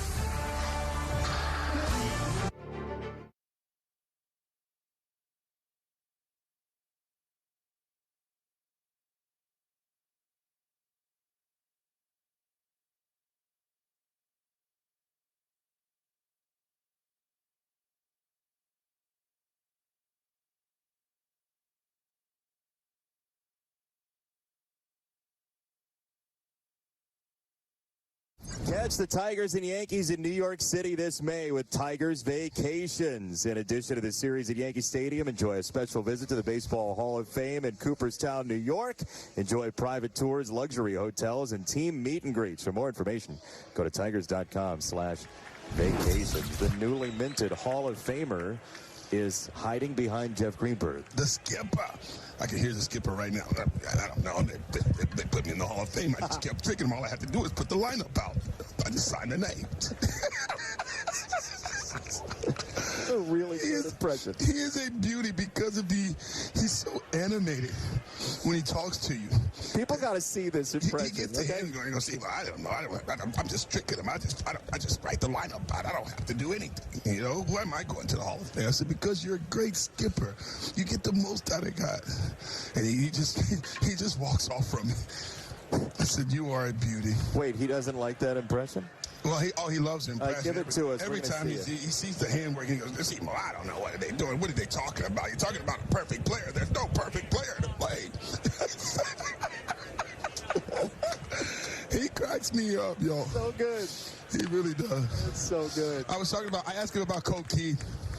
And I said, Skip, we heard so much about the defense. It's got to be better. He goes, see, I keep talking to players. He goes, listen, there's no perfect player. If the guy hits, they're going to find a place for him. You won't even think about his defense. So I said, you're absolutely right, Skip.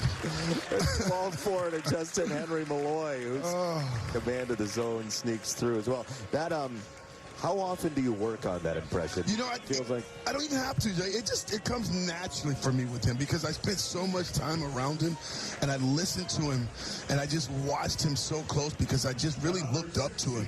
The way he carries himself, the way he managed each individual player, getting to know you on an individual basis.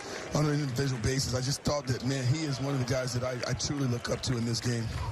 McGuire couldn't make the catch on that. Again, it gets away, so Justin Henry Malloy to second base with Akil Baddoo at the plate. It's a big spring training for Akil. You know, you think about Parker Meadows playing center, Riley Green, both left-handed hitters. You got Kerry Carpenter, who we'll get a chance to see tomorrow. They're really looking for some consistency from Baddoo. He's got power. He's got speed. He could be a dynamic player. I mean, we saw it right when he showed up in the majors. And he's got to get back to really shortening up. I think the worst thing that happens to him is when he does hit a home run. It's like he wants that feeling, and we've all been there. I've been there before, too, where you hit one, and then you hit another one, and then all of a sudden you find yourself trying to hit those balls out of the ballpark, and you pull off. I'd like to see him kind of find that middle ground. And what I mean by that is he's got great speed. Yeah. So getting on base can be huge for him and huge for this team when you talk about scoring runs.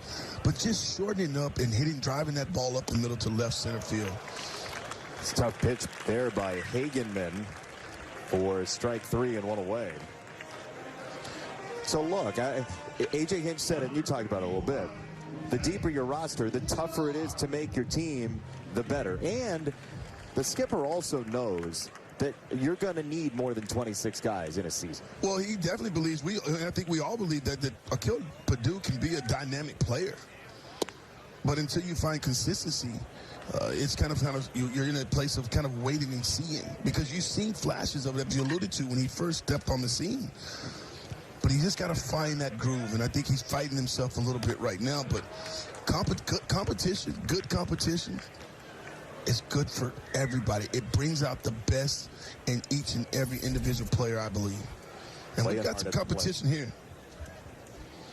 Yeah, and you think Erie's going to be deep again? You think Toledo will be deep again? Leonard puts a charge into this in center field. McDonough twisting around, and he makes the catch. Everything Leonard hits is hard.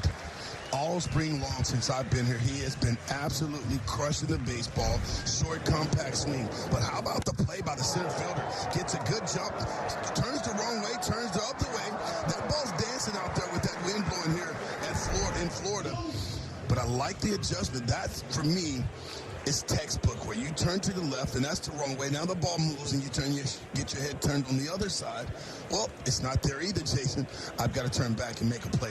It's a good big league play right there by the center fielder. That was the reserve center fielder, Tyler McDonough, as Anthony Bemboom is at the plate. I thought the only McDonough affiliated with the Red Sox was Sean, but he's not there in the radio booth today, so we get the young Tyler out there in center instead.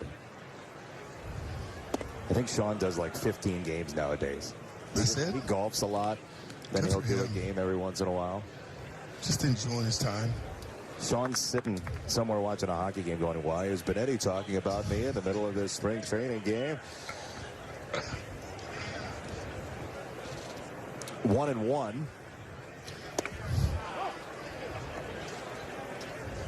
The adjustment in center field that we just saw from McDonough, though, all kidding aside, how difficult is that to do?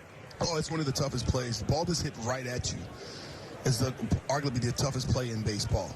And for an outfielder, it's so important to pick the right side. And so many times we pick the wrong side because we're more comfortable. Or maybe turning to our right. And then when that ball's kind of start to really take off on you, and you see that it's on your left side, it's the quickness in which you have to turn your head and get your head turned to your left side can be a challenging play. The fact that McDonough was able to go right, then left, and then back right to make a play, he was on the balls of his feet, and he was able to make that play. Hagenman makes this play for out number 3. We were going to show you turning around on camera, but we ran out of time. Right. Would have been riveting. I don't know about that. Hi, I'm Mike.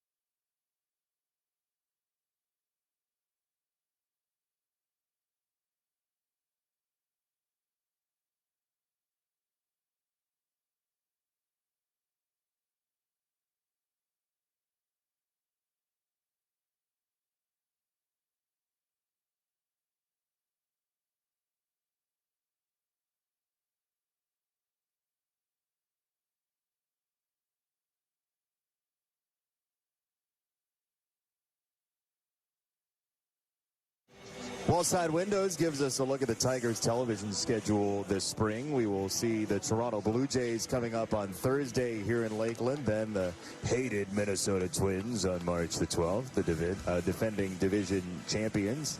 Phillies, Twins, Mets, that March the 20th, courtesy of Bally Sports North, our friends and colleagues to the north. And that little one will not be doing play-by-play of that game, though you don't know. Not sure. That shoe is becoming a toy.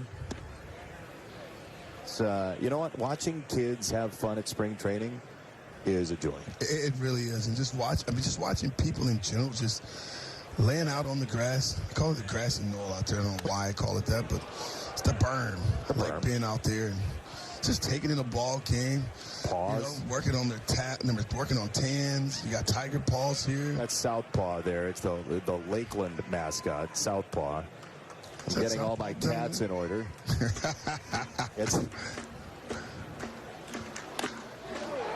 Down the line against Madden toward the corner. That is a fair baseball for Reese McGuire, who yanks it deep in the corner for a leadoff double here in the 7th inning.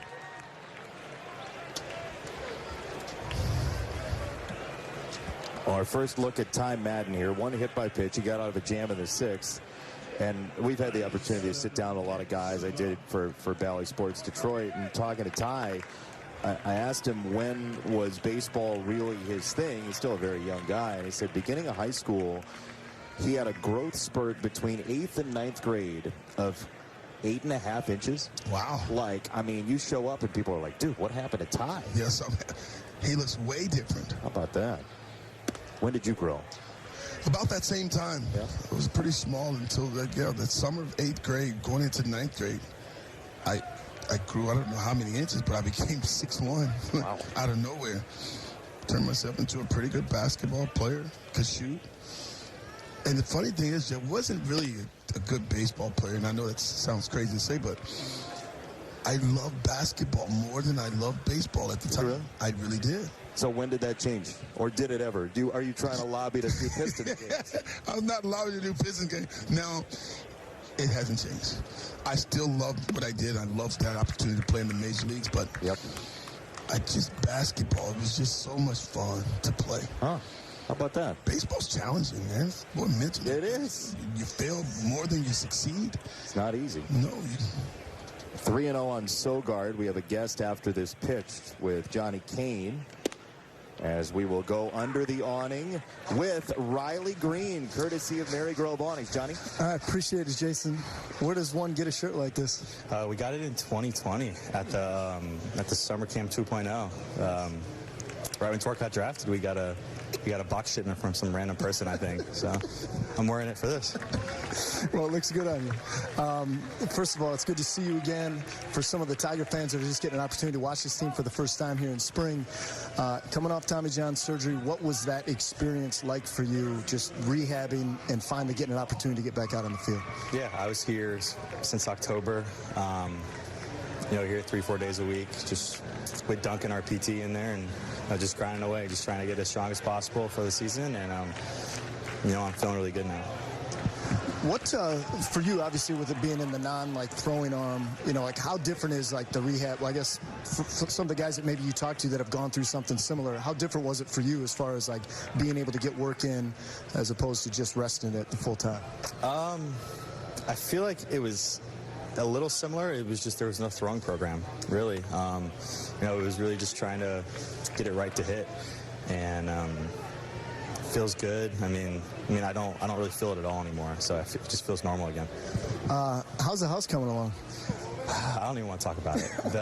The renovations are taking a lot longer than expected. They told me it was going to be January. It's March, and they're not even close. Okay. So it's been an off season for sure with that.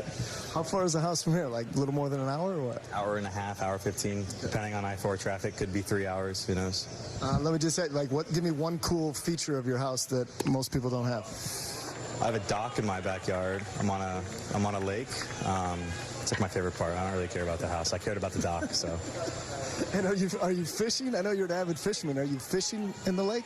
Yeah, I didn't get to fish much this offseason because of my arm, but Can't be casting. definitely next offseason I'm going to get after it. So. All right. And then I'll cut you loose after this, but I'm just curious, like a typical day in the life as a big leaguer at spring training. Like, what's a day in the life of Riley Green? Like, tell me what time you got up today and what your process is. I woke up at 6, left the house at 6:15, got here, ate some breakfast, got in the cold tub, then the hot tub, and then... you do that every day, right? I do it every day, yeah.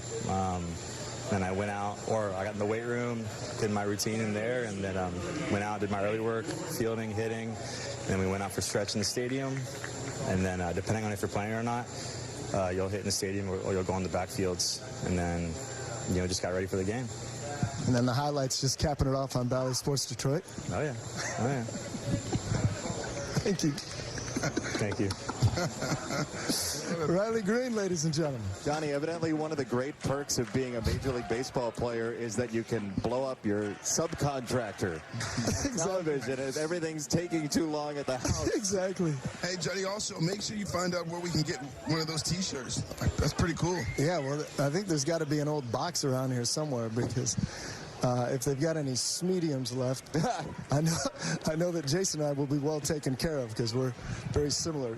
Simo has a little bit bigger circumference around the bicep area. You don't want to put yourself in the boat with me on the shirt size department. I'm okay with that. Mr. Kane. I'm okay with it.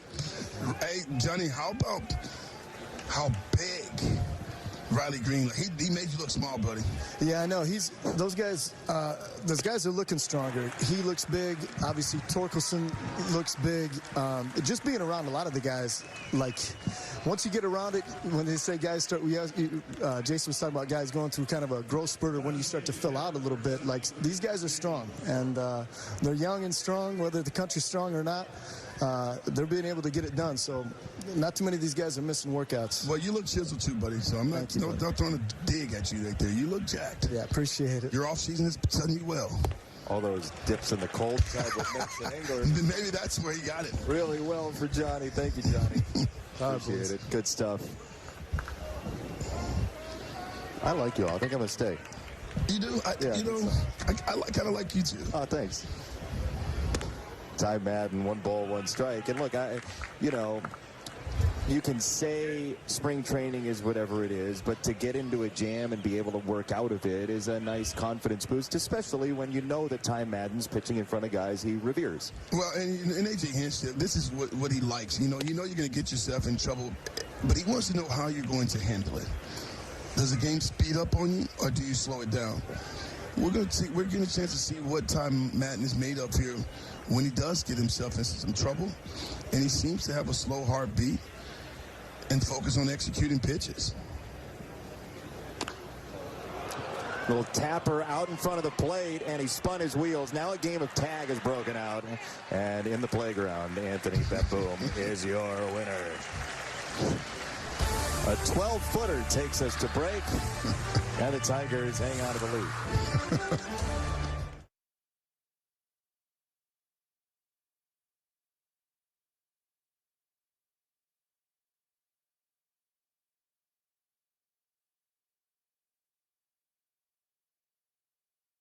Tigers baseball on Bally Sports Detroit is brought to you by your local Toyota dealer.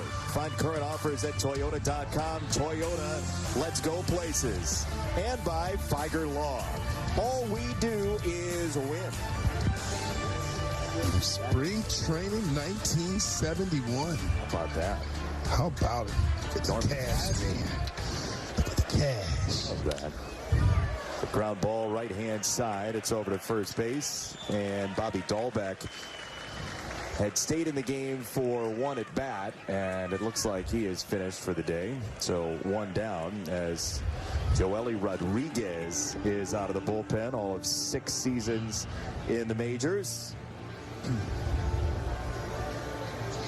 As you look at the numbers there, 168 games. ERA just under 5. Means that he gives up some hard contact, but he's around the strike zone. Just rarely walks guys. I think the music ran long is what happened there. Yeah, I think so. Umpires didn't want any parts of that. Sean Barber was like, hey, we need quiet here. Come on, this is spring training. That's happened a couple times this spring already. Has it? Happened with Les Diaz. He wasn't nice though when he told the. He wasn't. No, he was looking. He looked up and gave this death stare up. He got salty. He was salty. For sure. You know, I will say, umpires are punched up about the timing, right? Like the speed matters. Yes. And so, yeah, they are going to pay attention to that. There's our crew today, Sean Barber leading them behind the plate. That was Dunan that made the play at first, by the way. He's moved over from third to first.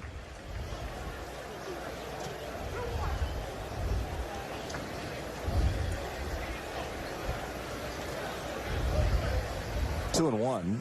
And Kreidler swings through it. 2 balls, 2 strikes. Tigers have the lead on a ball that was errant past Reese McGuire in the 5th. They couldn't hang on to. 1-2 for Kreidler. Red Sox only run on a Cedon Rafaela homer in the 4th off of Tyler Holton. Nicely done. Strike 3. Rodriguez fits it in. So we're talking about the umpires and worrying about the timing and things like that. And the pitch clock has dropped to 18 seconds with base runners on. It will start if play is ready. So pitchers were kind of having a workaround last year where if they weren't on the mound, the timer wouldn't start. That's gone. What else stands out to you, if anything?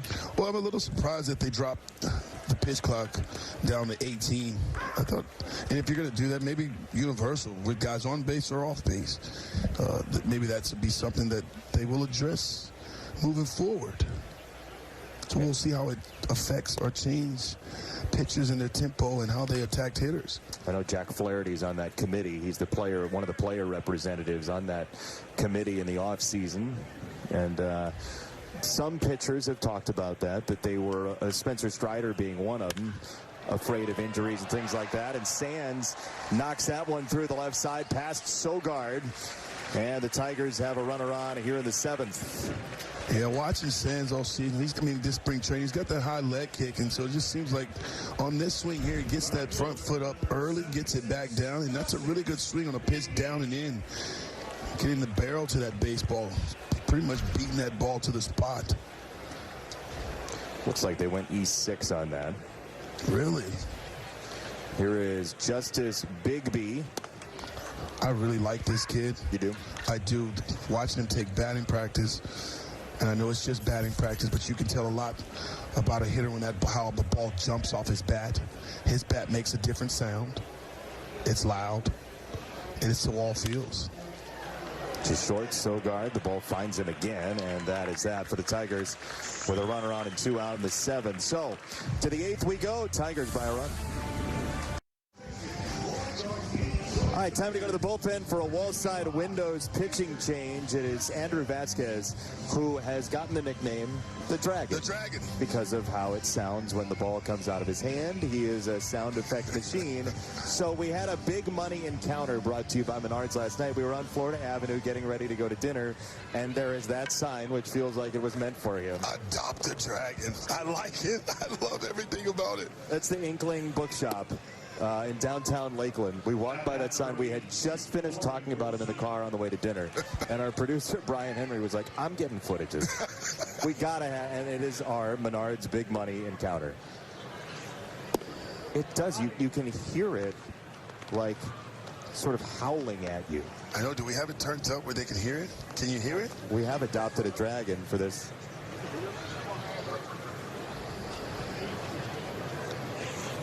You hear that? It's like a fire breathing. It is. I love it. Well, and if you like sliders, well, you'll like this guy because he throws at sliders 80% of the time. A lot of sliders. It's sliders and more sliders and more sliders. And there is ball 4 to Rozier to lead off the 8th for the Red Sox. But in all seriousness, I really feel like he can be effective if he's able to locate that slider. Kind of gets himself into trouble because he falls behind the count with that slider. He has enough fastball to where he can establish that pitch as well. But his go-to pitch is going to be the slider, so the Tigers are looking for him to just be more consistent with his strike throwing. Pickoff move will get the job done. There's the tag, and Young puts it down. Tigers are really working on that this spring training, wanting to give their catchers a chance to throw base stealers out, so they're holding on better. Here's a lefty on lefty in the move here. As a base runner, what are you watching here? Well, lefty, you're going on first move, and that's what happens. You can get caught when that pitcher's smart enough to just get that ball over to the first baseman, which he did there. You really just, when you're trying to steal a bag off a left-handed pitcher, you're pretty much guessing that he's going to go to home plate. So you're taught as soon as that front foot raises up, or if his hands move, whatever starts his delivery, you're off and running. You're watching the feet. You kind of watch you watch his whole body. A lot during the season, you'll have keys. You'll know exactly what their move will be. Do they use their hands first to start the delivery, or do their feet come up first? Well, the batter's feet come up after. Yes, it did. Little slider down and in. 2 balls and a strike on Dunand.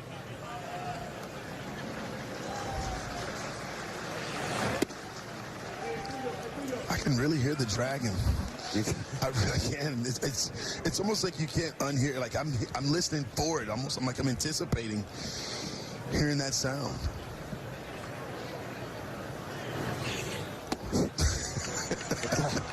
Really, I mean, it is. So I know he's going to be frustrated he's not throwing strikes, but you can't unhear it. You can't unhear it. Just the 3rd walk by the Tigers all day, and all 3 have come out of the bullpen. Yeah, again, it's been a point of focus here this spring. AJ and Scott are really looking for guys that are competitive in the strike zone. And that means throwing quality strikes, not giving in to the hitters, but working your corners, your edges, but being able to do it on a consistent basis. First strike is so important. It changes life for the hitter in the batter's box. There's one. It's a good pitch. I mean, the difference in your psychology as a hitter is big, right? It really is. 1-0. 1-0 is a good hitter's count. I feel like I'm in the driver's seat. When you fall behind in the count, you start to find yourself on the defense where you're protecting. A lot of times when you are protect mode, you'll let that ball get a little bit too deep.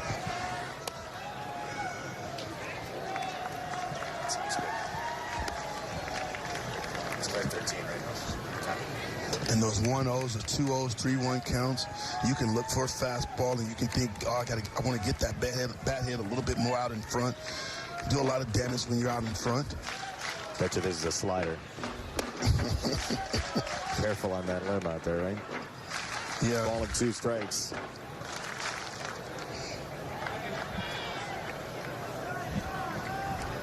McDonough made the nice play earlier out in center. Tapper to second base. Young makes the play, and 2 away. And now a message from the Southeast Michigan Ford dealers. The Ford Mustang Mach-E SUV is available at your Southeast Michigan Ford dealers. AZ Plan lessees can lease one for $489 a month with 0 cash due at signing. 2 down, 8th inning. Thanks for joining us. Craig Monroe, Jason Benetti, our entire wonderful crew for Tigers baseball here in spring training. And the first pitch again, ball 1 from Vasquez. What a day. It's a beautiful day. Take a look at that shot there. If you haven't been to spring training, if you haven't come down to spring training to Lakeland, Florida, to this ballpark, I think it's arguably now with all the new add-ons, it's one of the better ballparks. Yeah. I think in the Cactus League. I haven't been around Florida for the Grapefruit League. I haven't seen a ton of it. Oh, the grapefruit. Why did I say cactus? All right. I'm not in Arizona. One's in Arizona, one's here. I knew this. I just didn't want the grapefruit lobby to come after us. I didn't either. Big grapefruit can maul you. I've I played every spring training I've ever had or ever been to has been in the Grapefruit League. So with the Cactus, you're in Arizona. You've been in Arizona. I wasn't offended at all on behalf of the Grapefruit League. No, okay. Again, you saw the note about Joker Marching Stadium, and I had read a couple weeks ago before coming down here, evidently when they did the statue of Joker back in the day, outside of the stadium, when they had opened the stadium, they asked him about what it's like here and, having a great day to play baseball or whatever, and he said, all I ask is that you put your peanut shells in your pocket instead of on the ground so as to not ruin the nice stadium. Oh, really? Yeah. There's Joker. It's Joker there. It's a statue. You going to get a statue of you talking to somebody? No. No? What's your statue going to look like when we finally build it? I'm not really sure. Maybe it's a statue like King of Virginia with my hat to the back. I like it. Little Griffey style. Let the kids play. With a headset over it. With a headset over it. That works. We'll call it a bronzer.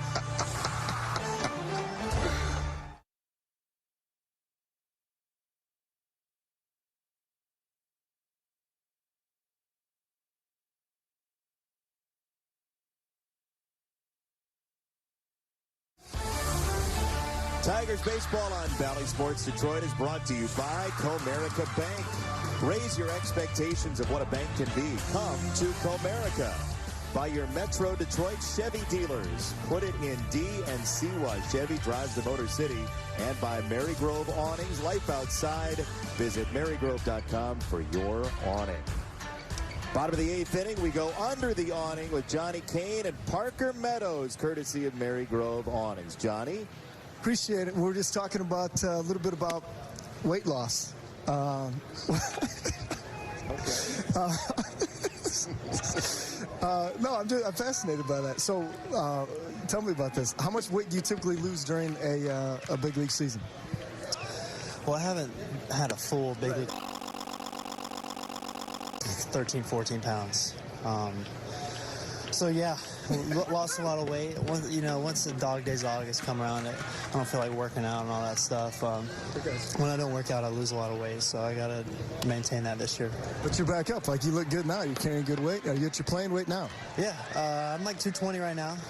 It'll probably drop a little bit, around 217 for the season. I got to maintain that speed and all that stuff. So, but feeling good. This is the best time of year. Optimism is high. Everybody's having fun. Give me your best description of the vibes inside the clubhouse right now. Oh, great vibes, great chemistry going on. Especially with the outfield group. George Lombard getting us right, AJ getting us prepared for the season, and have that winning mindset. So we're excited. What is the greatest thing you did this offseason? I got engaged. I would have got in trouble. That was a loaded question? That was a test there.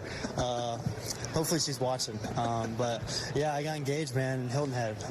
It was great. It was a great turnout. Had some family and some best friends there. So a moment I'll never forget. Yeah, no, that's great, man. Honestly, congratulations on that. When is have we set a date? January 11th, 2025, set a date. So we're excited for that. I thought all the stress would kind of go away after the proposal, but now we got to plan a whole wedding and who to invite, who not to invite. It's very stressful, but we got through it. We're good. Okay. That's got to be tough. I would just think from a standpoint of, like, you have a lot of teammates, a lot of friends. I mean, who's cutting the list? I know it's a small wedding too, so I feel very bad about it. Honestly, don't want to talk about it too much. We can move on. No, I've never planned for anything like that. Maybe one day I'll get lucky enough to do that. Well, I don't want to talk about that either. So, but I'm hoping that maybe one day I'll be able to plan one. All right, I'll let you go after this one. But what would you say? Like, what do you want to accomplish over these next, couple of weeks? I mean, you're down here for 2 months total. You get ready for the season. There's great expectations with this club. Like, what do you, Parker, want to take away from this spring? I just want to work hard and, get good jumps in the outfield, have good timing in the box. Just do whatever I can to help the team win. And like I said, AJ's been really preaching that winning mindset because we do have a true shot this year. So, like I said, just continue to work hard, get with guys like George, and continue to work in the outfield, and Michael and Keith and Lance on the hitting side of things. And like I said, I'm excited. I'm excited for you. I appreciate you taking the time. Always good catching up with you. Appreciate it, man. Thank you. All right, boys, back upstairs. New Twitter poll. What's your favorite part of that interview? Oh, Johnny, that was great. I don't know that I've seen a better 60 seconds of television in my entire life. I mean, there's a lot of things that you guys didn't want to talk about. Yeah, well, I mean, what's going on here? It's a long season, so I'm not sure if he knew what I was going to ask, and I didn't know he was going to ask me about that stuff either. So you haven't planned for anything like that, huh, Johnny? Now I know what it's like. Hey, when you're the one being asked the questions, it's not that much fun. Johnny, I was dying with the pause when you said, "What's the most important thing you did this offseason?" I was like, "Answer it right, Parker." Yeah, because that was a loaded question. It was. I wasn't trying to set him up. I was. Well, it appeared to be that way when you asked that question. He's got to say the engagement. He's a smart young man. I knew he would get it. Hey, Johnny, but you know what I did find interesting? When you're talking about weight loss, he lost 13, 14 pounds during the season. Yeah, which was interesting, right? Because, I mean, what more needs to be said? It is interesting when you think about it, how you got to keep that up. When we always talk about guys that might hit a rookie wall or things like that, when you're out there grinding every day and you get into the dog days, it does take a lot out of you. It takes a lot out of you emotionally and obviously physically as well. So interesting to see that he's got to continue to bulk. Yeah, it was more of a 7-8 pounder. I would lose about 7-8. Yeah, right. Power. He's a center fielder. He relies more on speed, so I understand him trying to maintain, his weight and maybe losing weight for him, that 13, 14 pound can be good for him because, again, he's going to chase down a lot of balls in center field. But I was a guy more of a power hitter, so I was really trying to hold on to my weight, keep my weight, because I wanted to stay strong throughout the season. How close are you to your playing weight? And I'm not trying to be funny. No, you can be funny because I'm comfortable talking about it. Oh. I'm about 12 pounds over right now. I was at 210, playing 208. And what's the plan? Well, there's no plan, said Johnny. The plan is, Johnny, that I've done that for a living my whole life. That I have to find that motivation again. Okay. Okay. And I just haven't found it. I got you. It's all right. I love it. No judgment. No judgment. I got good genes. Yeah, you do. It just look like I've been working out, and I haven't. Yeah, same. That's all. I'll get to it, Johnny. All right. You have to go back to last year. Was it last year? I ran with you in Minnesota. You tried to get me going. You tried to get me back in shape. That was 2 years. Yeah, might have been maybe 2 years ago. It actually might have been pre-COVID. Seems like last year. Wait, that was 2017. Okay, maybe it was pre-COVID. It happened once. It didn't. It only happened once, and it'll never happen again. So thanks for the run, Johnny. All right, boys. God. Have a good one. Enjoy Miami if we don't talk to you. He's doing 2 Pistons games while he's down here and a Tigers game. Yeah. I mean, he's hardest working man in show business. He's going to come here, do spring training, hang out with us. Yeah. Kind of take over the show down there in the Mary Grove Hunting. And then he's going to go to Miami. Are you calling the game? I wonder if he's calling the game, or is he going to be the reporter? I'm not sure. He's a reporter. Yeah. I don't know. I don't know. All I know is he's not helping Odino drive. He is passenger seat guy Johnny Kane. 0-2. The ground and foul. Good work by Justin Henry Malloy, by the way, to draw a walk. We've heard a lot about his command of the strike zone. We've seen it twice. 2 walks so far today for him. Then Badu works a walk as well. And here is Leonard, who's 0 for 1. Yeah, you really like the way Malloy conducts his at-bats. He's not in a hurry at all. He takes some of the closest pitches, and those close pitches are pitches. Well, I do know this, though. One of the things the Tigers would like to see, because he has power and he has such a good swing, they want him to take his shots. They want him to let it rip a little bit more. So he's really kind of passive now, but they want him to be selective, aggressive, meaning that he can still be patient, but find that place where you can kind of get in between, where you can still let it eat a little bit more.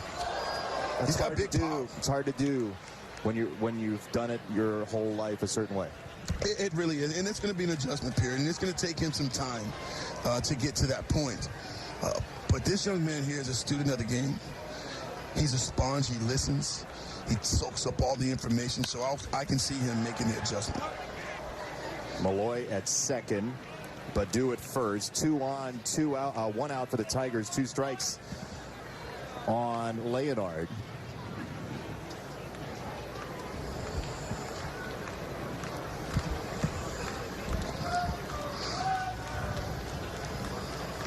It's a long hold, 0-2. That ball shot into left field, but is playable. And there is out number 2. Rozier with the catch. 2 down. Simo, I got to know this for my own self because this is game 1 together. Every once in a while during the regular season, do you just go into a batting stance in the booth? I do. Because as that pitch was coming, you were like hands. I looked over, my dude's got like hands ready. He's about to swing. I looked over, he's here. Well, I find myself watching the rhythm and the timing of our hitters because there's so much about rhythm and timing. And every time I watch Leonard, I feel like his timing is so good. So you have to play. I have to play. I was playing along with him just to see his time and his rhythm because everything he's been hitting in spring training has come off his bat hard. And I think this is a guy that we're going to hear more about. He can play multiple positions. He adds value. And again, you talk about adding offense. He fits the bill for me. So he's just one of those sleepers that I've got my eye on. Him and Justin Bigby.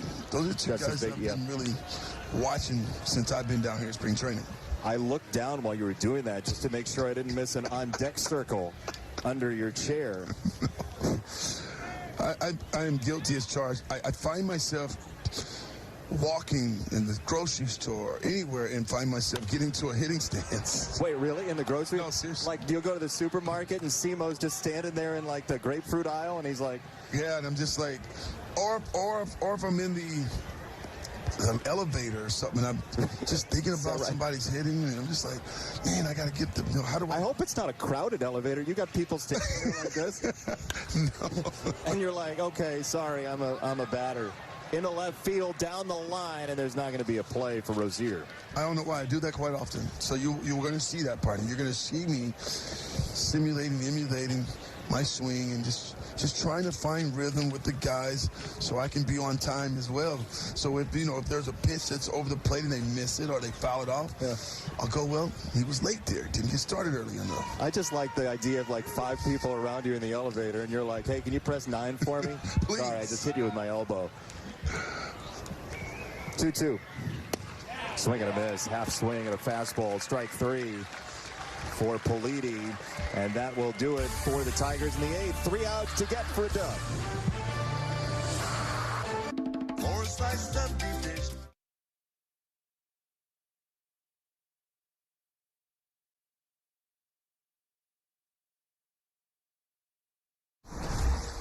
You know, another thing, I'm glad that your voice is with us now because I was sick of your voice with the White Sox because I had a lot of bad starts against the White Sox early on in my career.